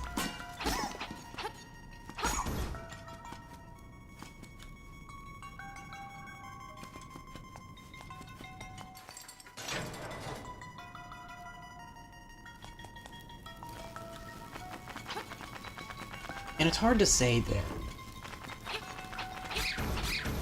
I mean, I feel like since... Well, there have been scalpers on stuff for a long time. I feel like I was most aware of them, starting with the issues with Amiibo. And part of the thing, though, is that the Switch has been around for 4 years at this point. So, directly comparing it to the PS5 or the Xbox Series X / Series X doesn't quite work, because they've only been out for less than 6 months at this point. So, naturally the Switch has a larger install base and continues to see wider releases.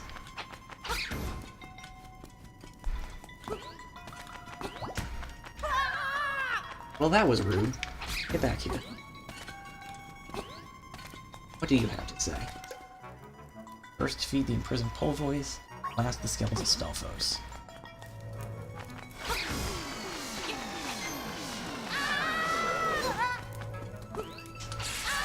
Hehe. I consider that to be worthwhile. It's a map.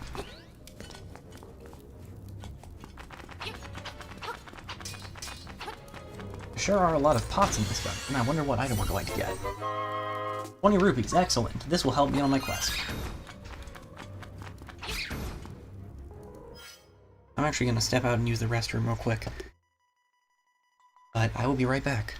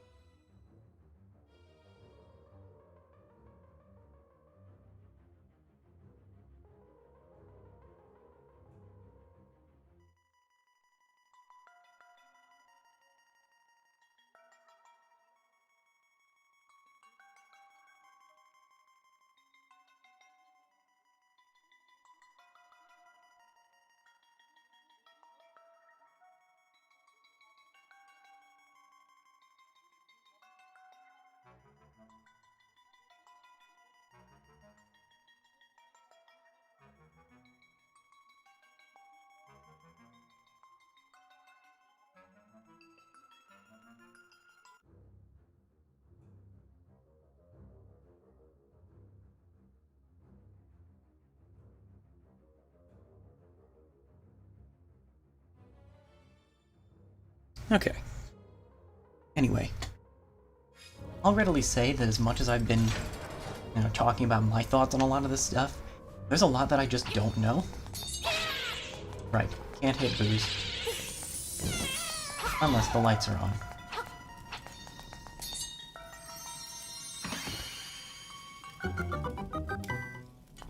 But yeah, I think that developing an install base...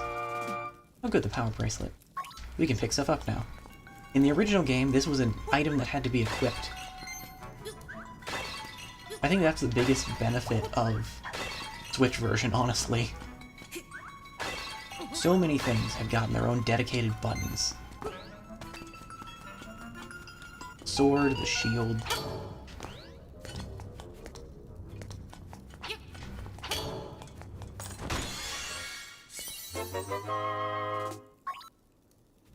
But, yeah, building up an install base for a new console is very difficult.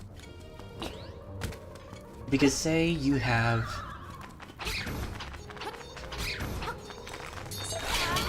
You know...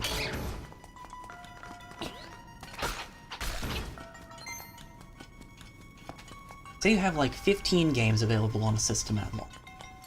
And those cover...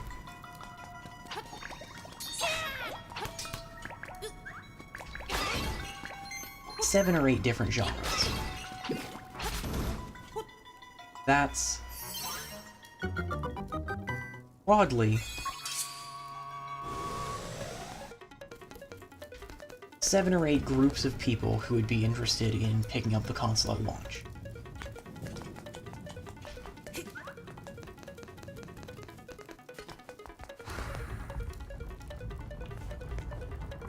But...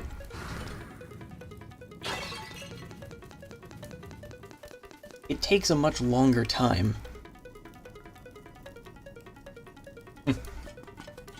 Oh, right, we can't actually get in here yet. It takes a much longer time to have games that come out, especially with, you know, well-recognized names that will get a wider variety of people interested in buying a new console.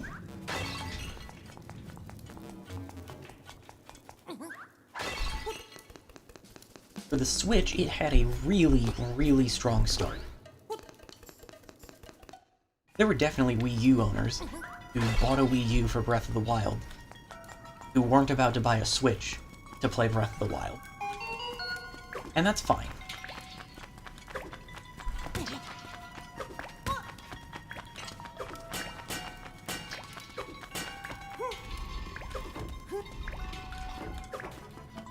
But...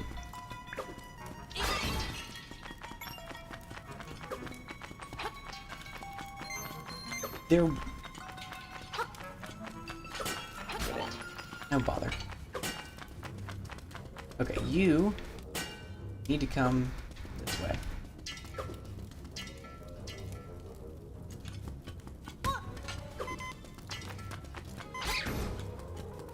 That's a heart. And it did not take long.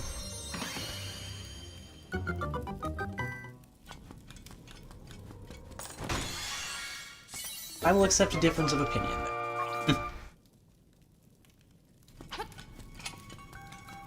But, yeah, the Switch started with Breath of the Wild. It had the announcements that a new Mario game and a port of Mario Kart 8 were both coming out within the year, as well as a new Splatoon, and at least one new IP in the form of ARMS, which, admittedly, didn't do all that well, from what I understand, but was still a very interesting concept.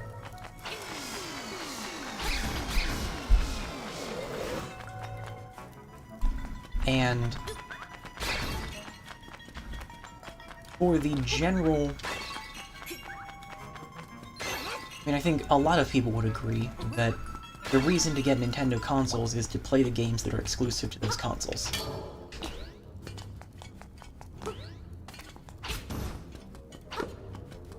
They have some of the strongest and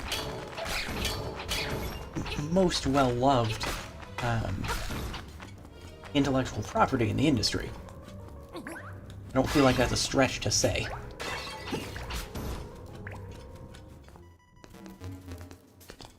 So, there was already pretty wide appeal from day one for a lot of people who were considering getting a Switch.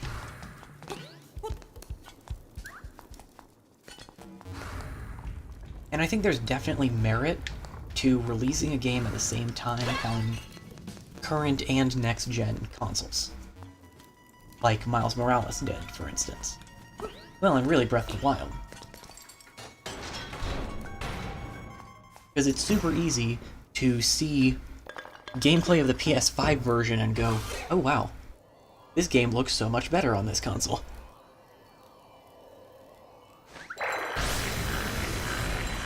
That's not going to get everyone, but it will change some minds about which version they want to get.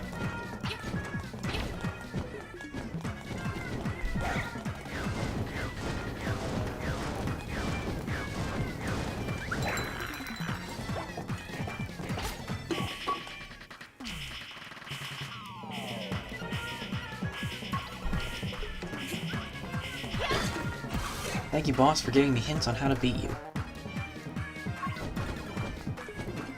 Nya, etc.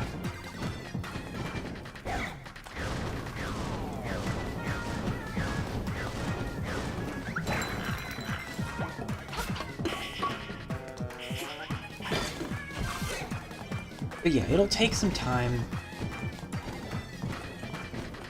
I mean, it would surprise me if the pandemic was not still impacting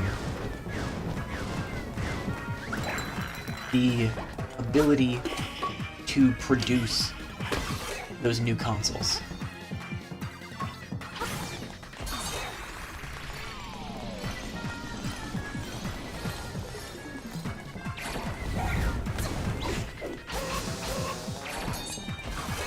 So it'll take some time for them to really become more widely available.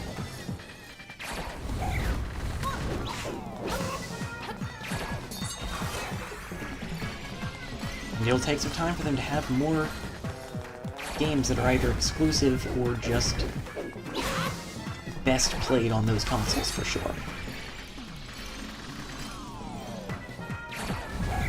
Also true.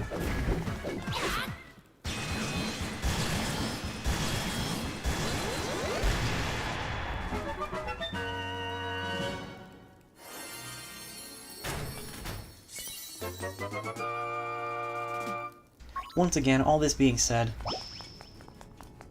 I make video games, not game consoles.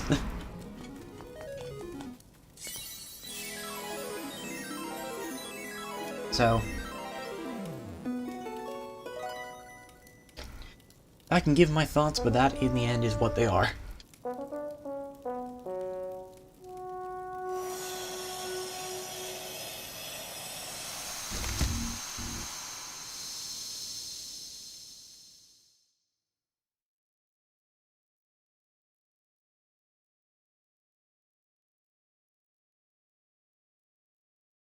Prairie is waiting.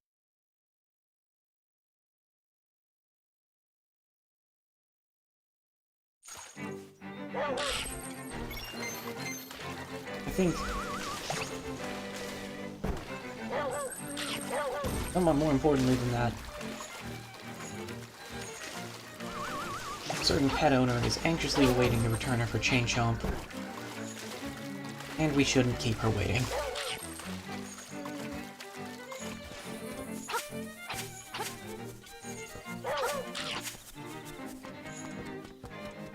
Bow Wow is quite helpful.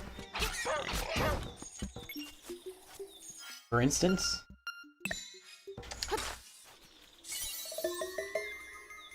at the very least, they're the questions that you want to hear the answer to. There aren't generally a lot of other people here. We'll pick up another mushroom. But I'm fine discussing it.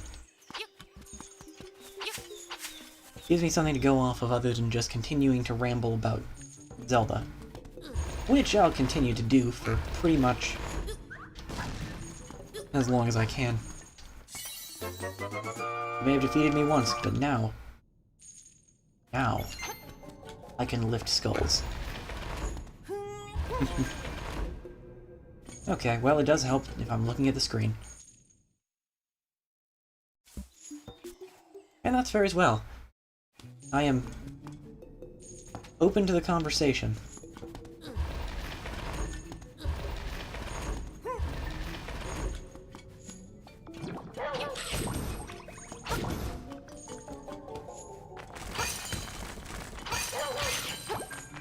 That was the shovel button.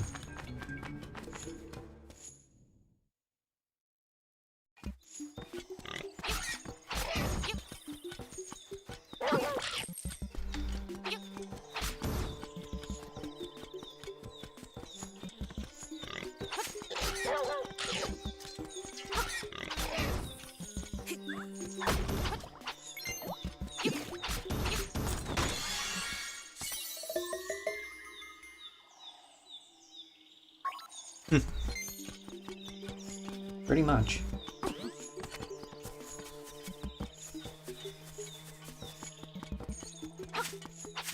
And plus, especially since I don't actively pay too much attention to, what's going on in the world of PlayStation and Xbox, I can hear at least a perspective on how all that's going. Which is good to have. Oh, I really appreciate what you did for my poor precious Bow Wow. You're such a nice boy. How can I ever repay you? I know.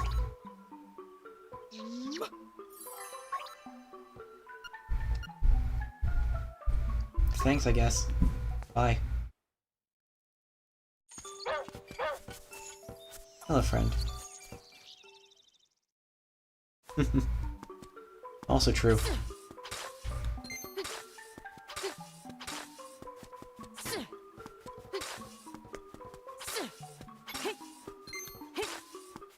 There we go.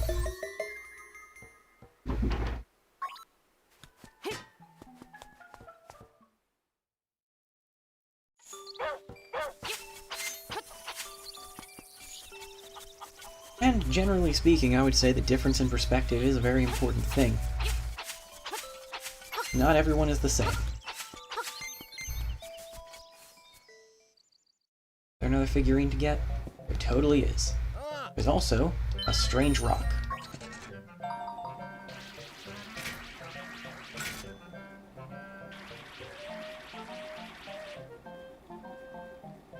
That strange rock... Ooh, now that I think about it, I should go back there and make sure I've got the war point activated. That's unfortunate.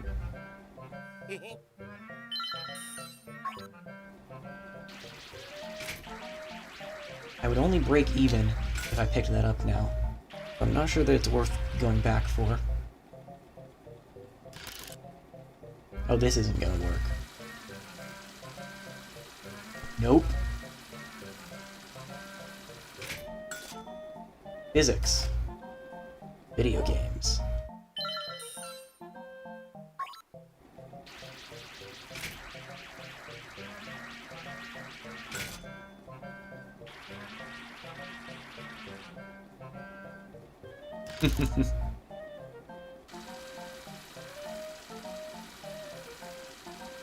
We shall see. For now, I've got enough on my plate with streaming once or twice a week and work. And trying to find more work.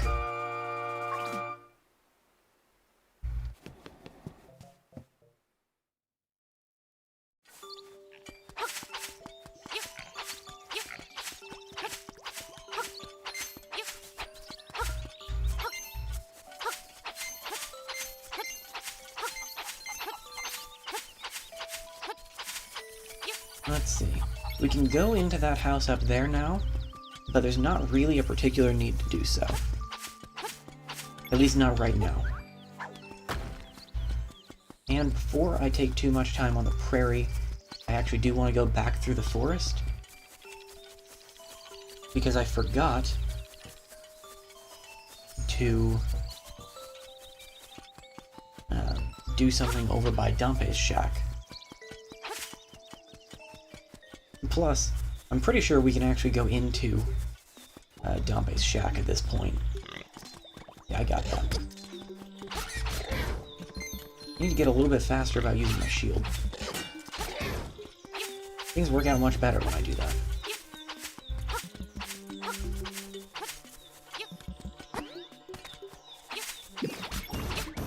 Oh right, I can go in here too. And this gives us... Never mind, we can't do anything in here.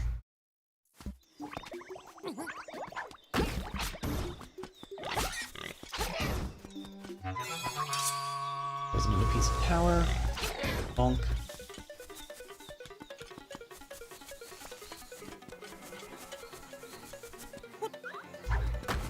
Oh, for one thing, we can check out over here.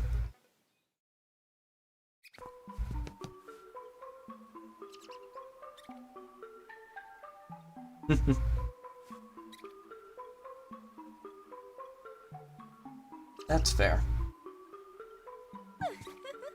This place is fine. Hi there, big guy. I'm Crazy Tracy. I got a little secret for sale that'll pump you up. You give me 28 rupees for my secret? Alright, here, now rub it on ya. There, I've applied my own secret medicine. It'll take effect when you lose all heart. Drop by again, big guy. Here's some bonus treatment. Behold, your hearts are full. So, Crazy Tracy there gives us secret medicine. And in contrast to the fairies that are not an auto-revive, Crazy Tracy's medicine is. What we wanted to do over here is activate this. We can't do anything else with it right now, but it's important that we've done it. Hey, you made it out here. That speaks well of you. Maybe you can help me out with a little job. I'm Dompe, and my job around this island is to dig up interesting stuff. If you have some time to spare, come see me in my shack over there.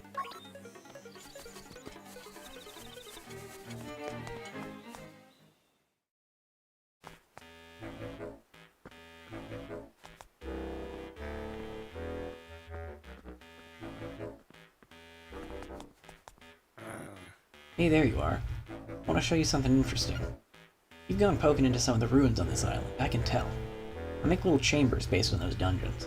Put some chambers into the slab back there and it turns into a real dungeon. Does that work, you ask? Who knows.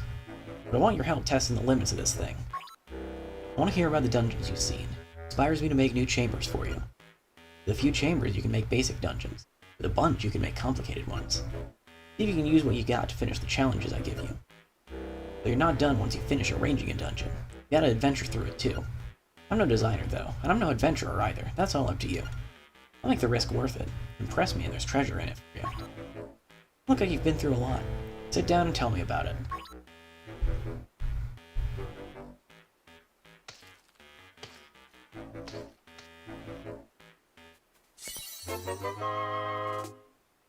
Yeah, some new chambers. What are you here for? Actually, first... Oops. I don't want to receive a dungeon. I want to get a special chamber. Link's Awakening works with, I believe, all of the...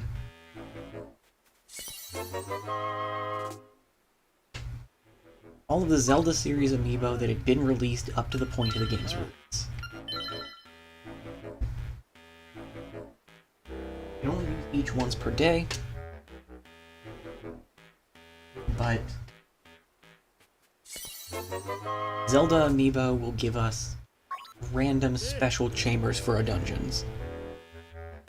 There was also a Link's Awakening amiibo that released when the game did that gives you a special effect for your dungeons. I don't have that amiibo though, so I can't show it.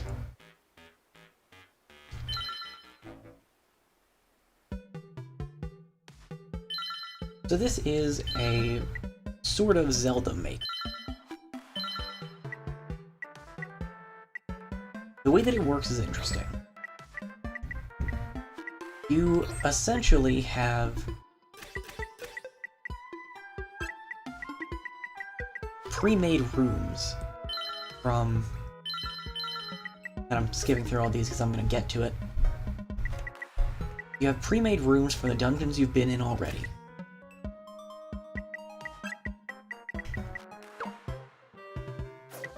Actually, see if we can make this a little bit more...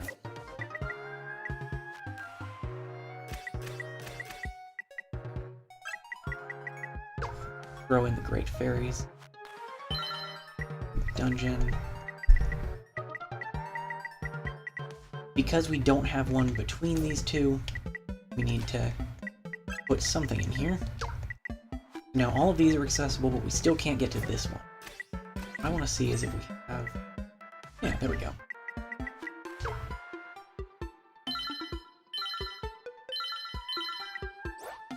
So, yeah, we can take these rooms from dungeons we've been in already, and they will all kind of link up like this,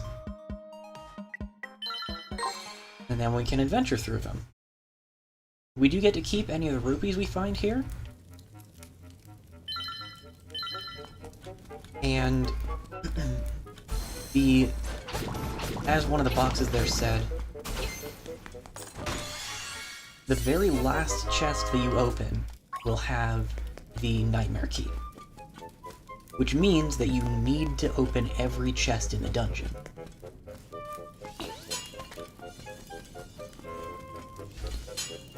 You'll get keys in enough chests that you can open every locked door.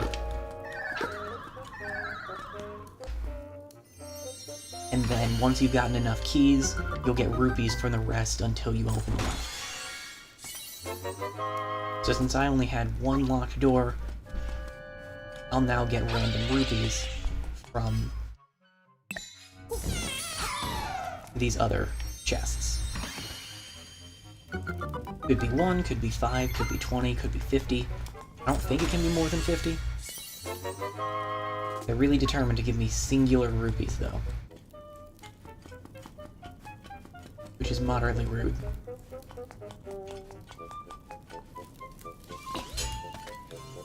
Oh, and all the chambers get these weird, like, stony doors that will connect them to kind of act as a bridge between the different dungeon themes. Which makes sense. It's better than in the Snap Map editor in Doom 2016, where you can only get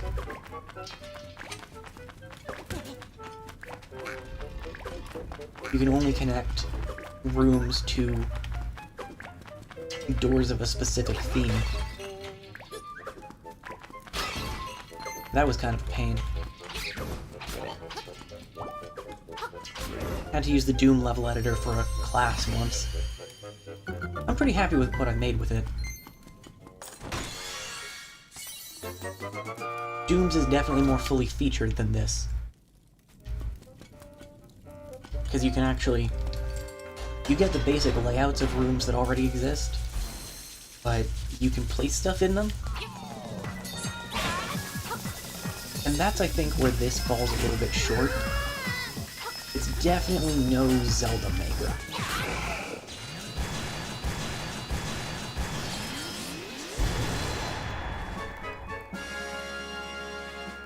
And I think the last nail in the coffin is that there's no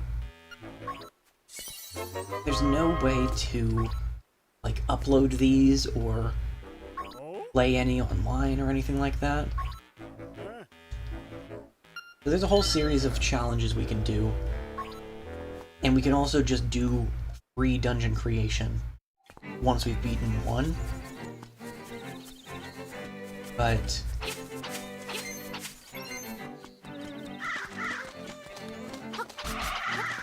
yeah, I have done every challenge in my personal save file.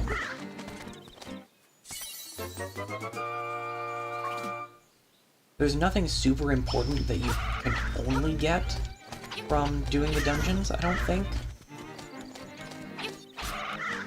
I think there might be, like, a piece of heart in there somewhere, but I don't remember for sure.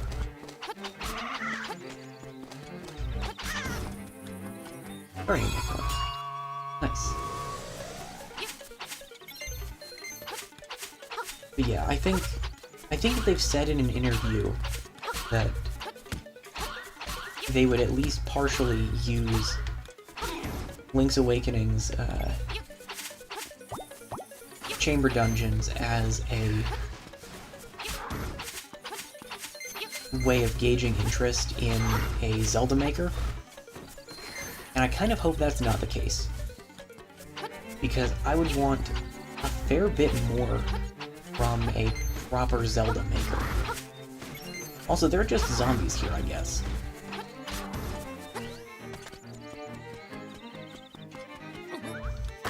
I definitely think it'd be tricky to make a Zelda maker.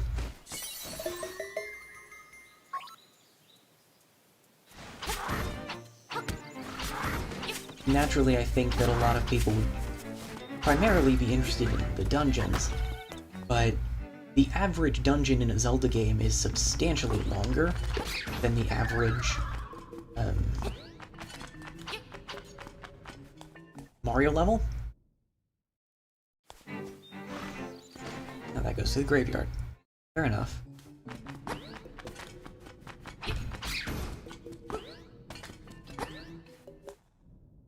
And there's a lot more that needs to be done to make sure that a Zelda dungeon is completable.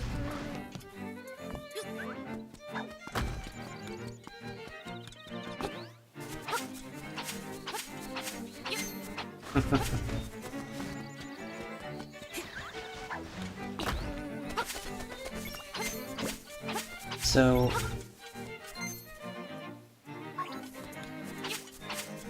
yeah, I can understand the difficulty with the idea of making a Zelda maker. Also, these are fast travel points, which is super nice. We can walk onto any one of those and travel to any others that we found.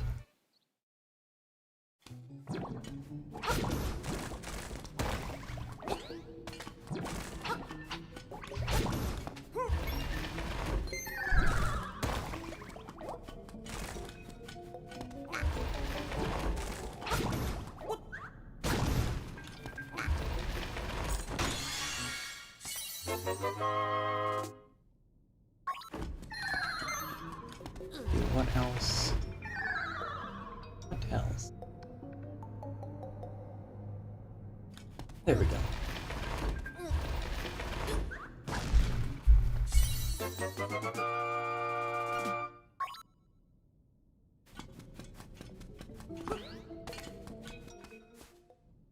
But yeah, for instance, a Zelda dungeon needs to have enough keys that you don't just get soft-locked.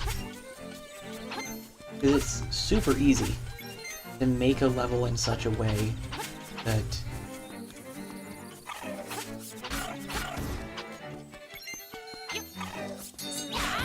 you need to use keys in a specific way, or you just won't be able to complete it.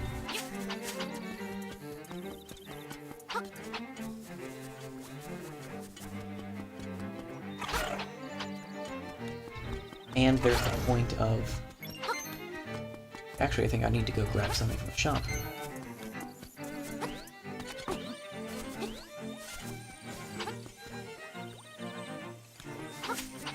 And that's also true. But I think that even if they made... a Zelda Dungeon Maker would probably take a few different themes. I would imagine that it would include Zelda 1, Link to the Past, probably the Switch version of Link's Awakening. Need to buy bombs. Those are actually way cheaper than I expected. That's not the maximum we can carry.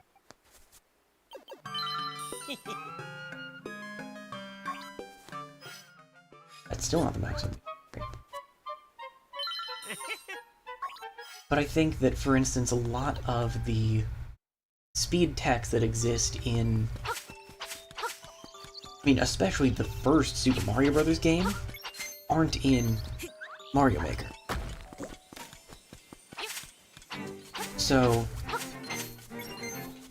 with the way that things are updated and changed, the same exploits may or may not function, and you have to contend with the fact that a player-created level might not have all the things in the same place that would allow you to do some of those exploits. They might. But...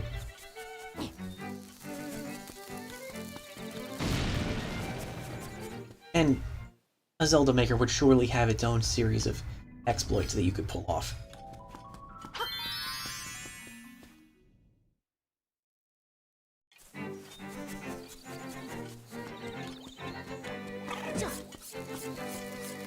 But then, with a Zelda game, you'd need to specify what equipment they have.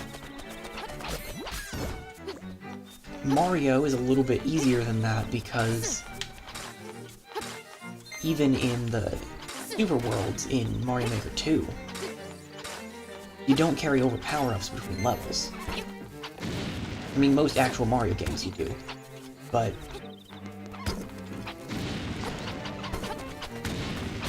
I hate this happens.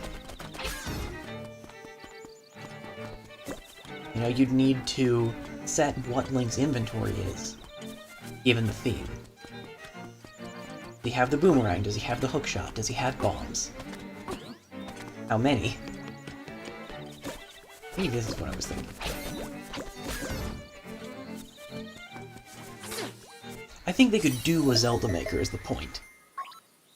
But they'd have to put a lot more into the make sure that it can be completed than just make sure that the creator can run through the level from the beginning with no checkpoints, and then from each checkpoint.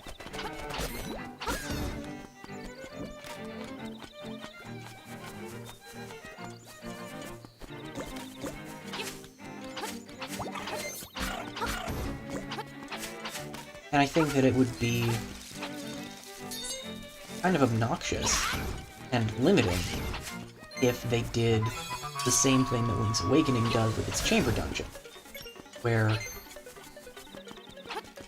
the chests will just have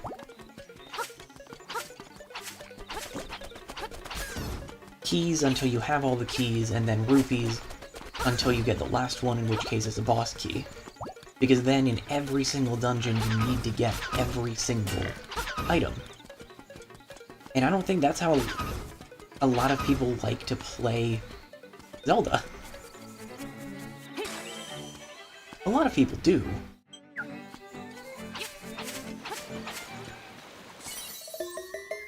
But... now imagine if in a Mario game, or in a Mario Maker level, you had to hit every single question block to be able to finish the level.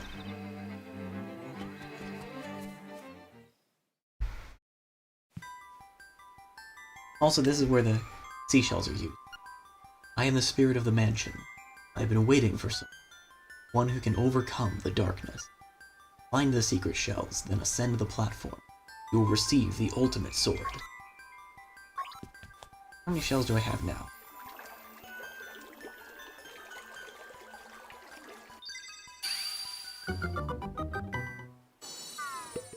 Enough to get one shiny thing.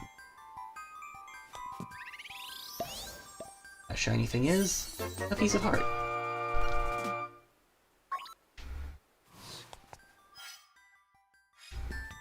I keep losing track of how many I have.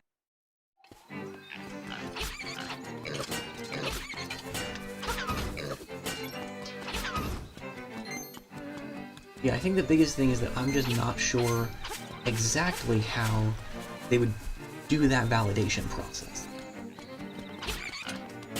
It might just be as simple as make sure that there is a key available before each door,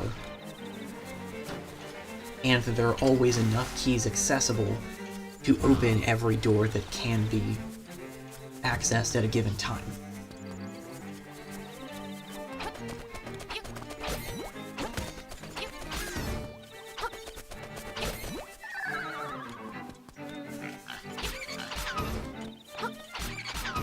And part of me wants to say that if they're going to do it, at least if they're going to do it on the Switch, they'll probably do it this year. Now, I said when the last Nintendo Direct happened, but I'm very sure that the only reason that they said so little about Zelda is that Mario's 35th anniversary hasn't fiscally ended yet.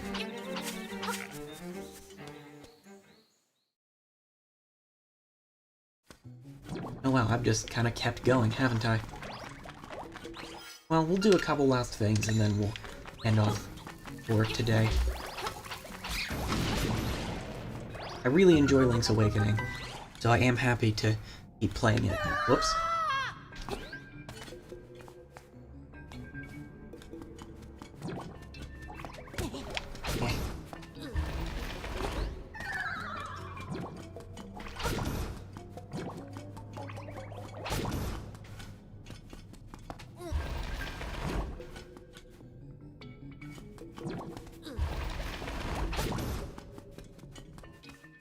I'd love to see a Zelda maker. I hope that it happens. Because I think that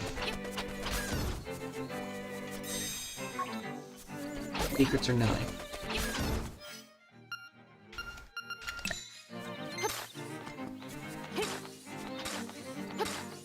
That tells me dig everywhere.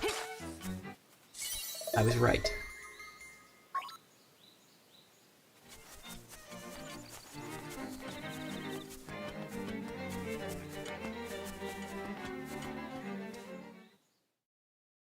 Yeah, there's just a lot of variables that would have to be accounted for in a Zelda maker, and Nintendo's the one making the games. I'm sure that they have a way to do that, if that's something that they're going to do. I'll just be interested to see how.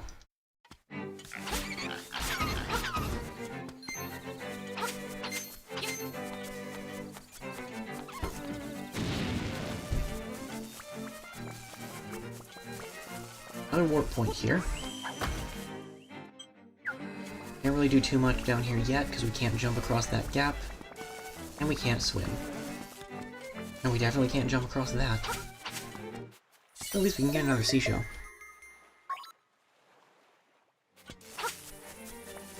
And I think I'm gonna move back in a direction that's a little bit more progress flavored. And we'll end things off there.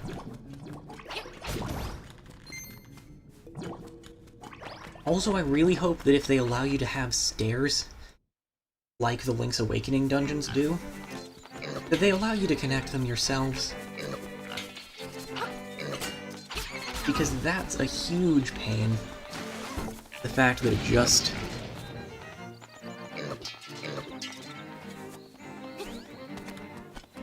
automatically connects.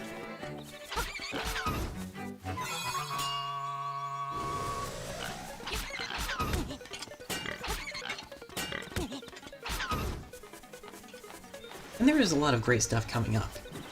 In Breath of the Wild 2, Metroid Prime 4,